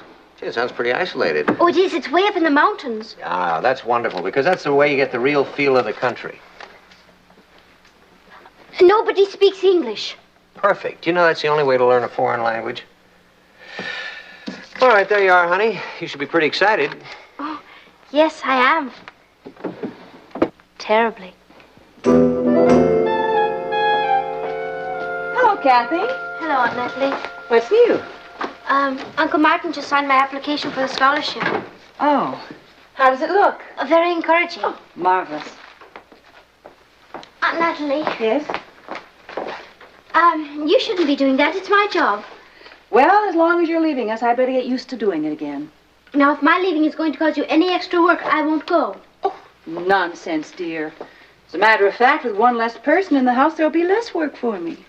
Oh, yes, of course.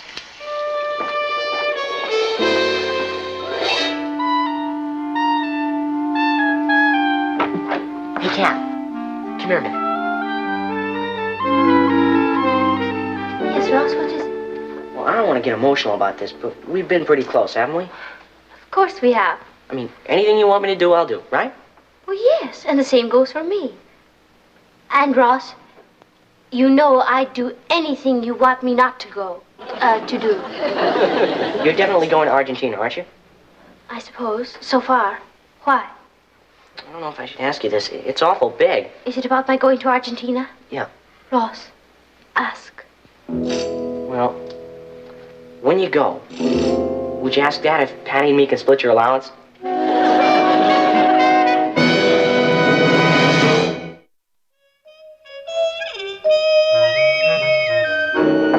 Patty, are you in there? Yeah, Cass, can you squeeze through?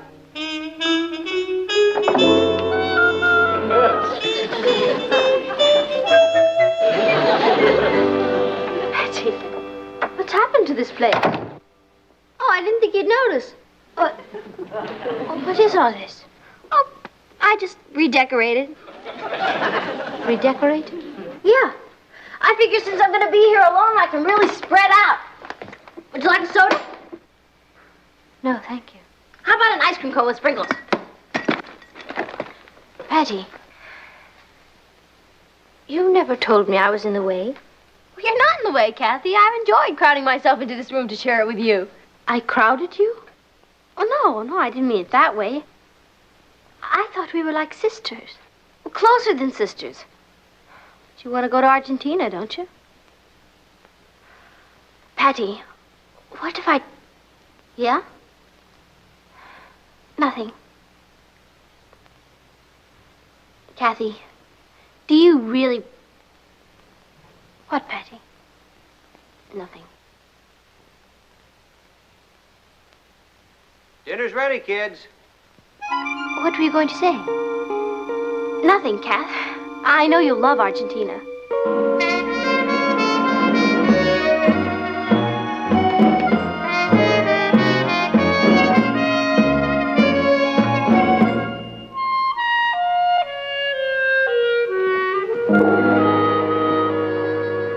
Anything besides bills, Kath? Yes, notice to report from my medical examination. Yeah, that's the last step before Argentina, isn't it? Yes. Well, as healthy as you are, the only thing that could stop you is an attack of gout.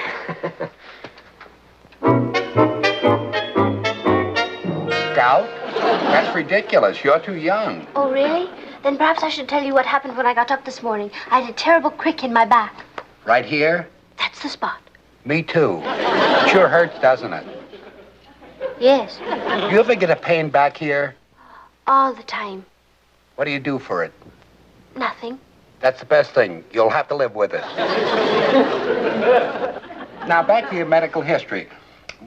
Have you ever had the measles? Yes. Mumps?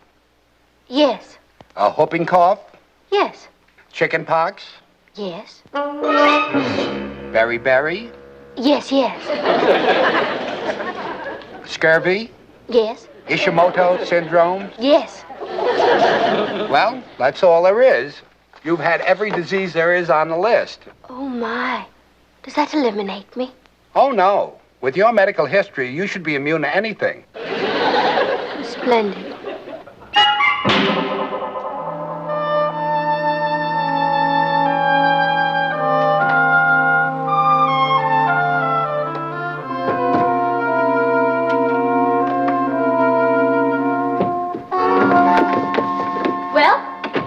Well, what?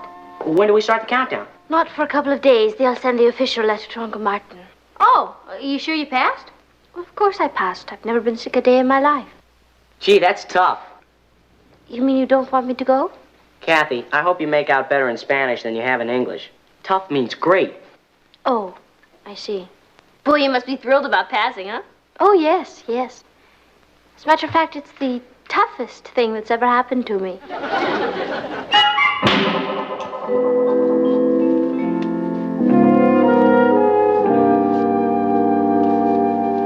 Martin! On my way. What is it? It's from the exchange program. Oh, boy. You don't suppose we could burn it? Don't tempt me. Dear Mr. Lane, we regret to inform you that your niece, Catherine, has been rejected for the exchange student program. Martin. Her medical history shows a background of pellagra and... Pellagra? I never knew she had pellagra. Martin, you're not going to believe this, but Kathy has never had pellagra. You sure? Of course I know her medical history like a book. Don't you see? She made it up.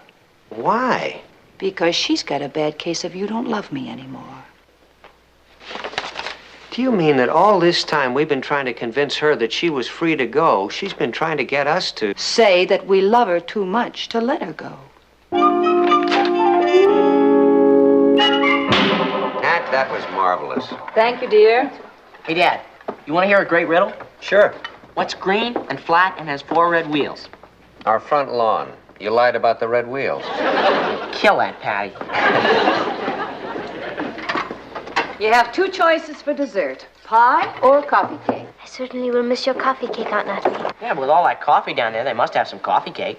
Ross, you've got the wrong country. Coffee comes from Brazil. I'm going to Argentina. Oh, Kath. Yes, Uncle Martin? I hate to disappoint you, Kathy, but you're not going to Argentina. What? You mean that, Papa? No kidding? Why not, Uncle Martin? For a very simple reason. Because we'd all miss you too much. He's right to be empty without you. Well, I was looking forward to it. Well, I'm sorry about that, honey, but you mean too much to us. You mean you won't let me go? I absolutely forbid it.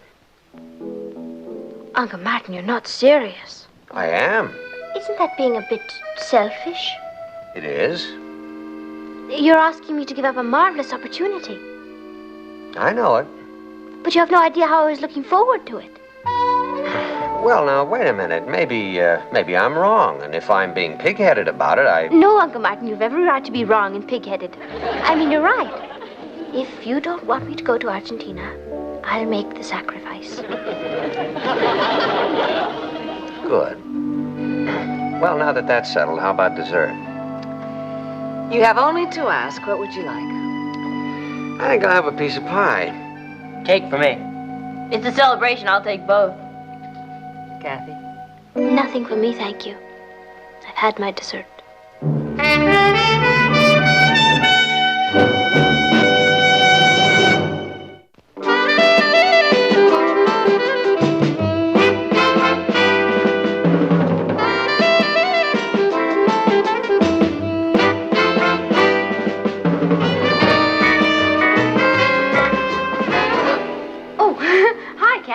What's going on? I was just watching Doug Bailey, that dream. Oh, really, Patty?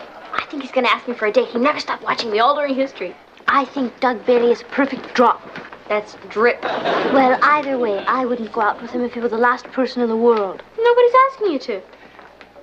Hi, girls. Hi, Doug. Hello, Doug. Hey, Kath, you doing anything right now? No, why? I thought maybe we'd go over to the malt shop and get a soda. I'd love to, Doug. Terrific. See you later, Patty. Bye, Pat. How do you like that? If I kept my big mouth shut, she'd be in Argentina by now.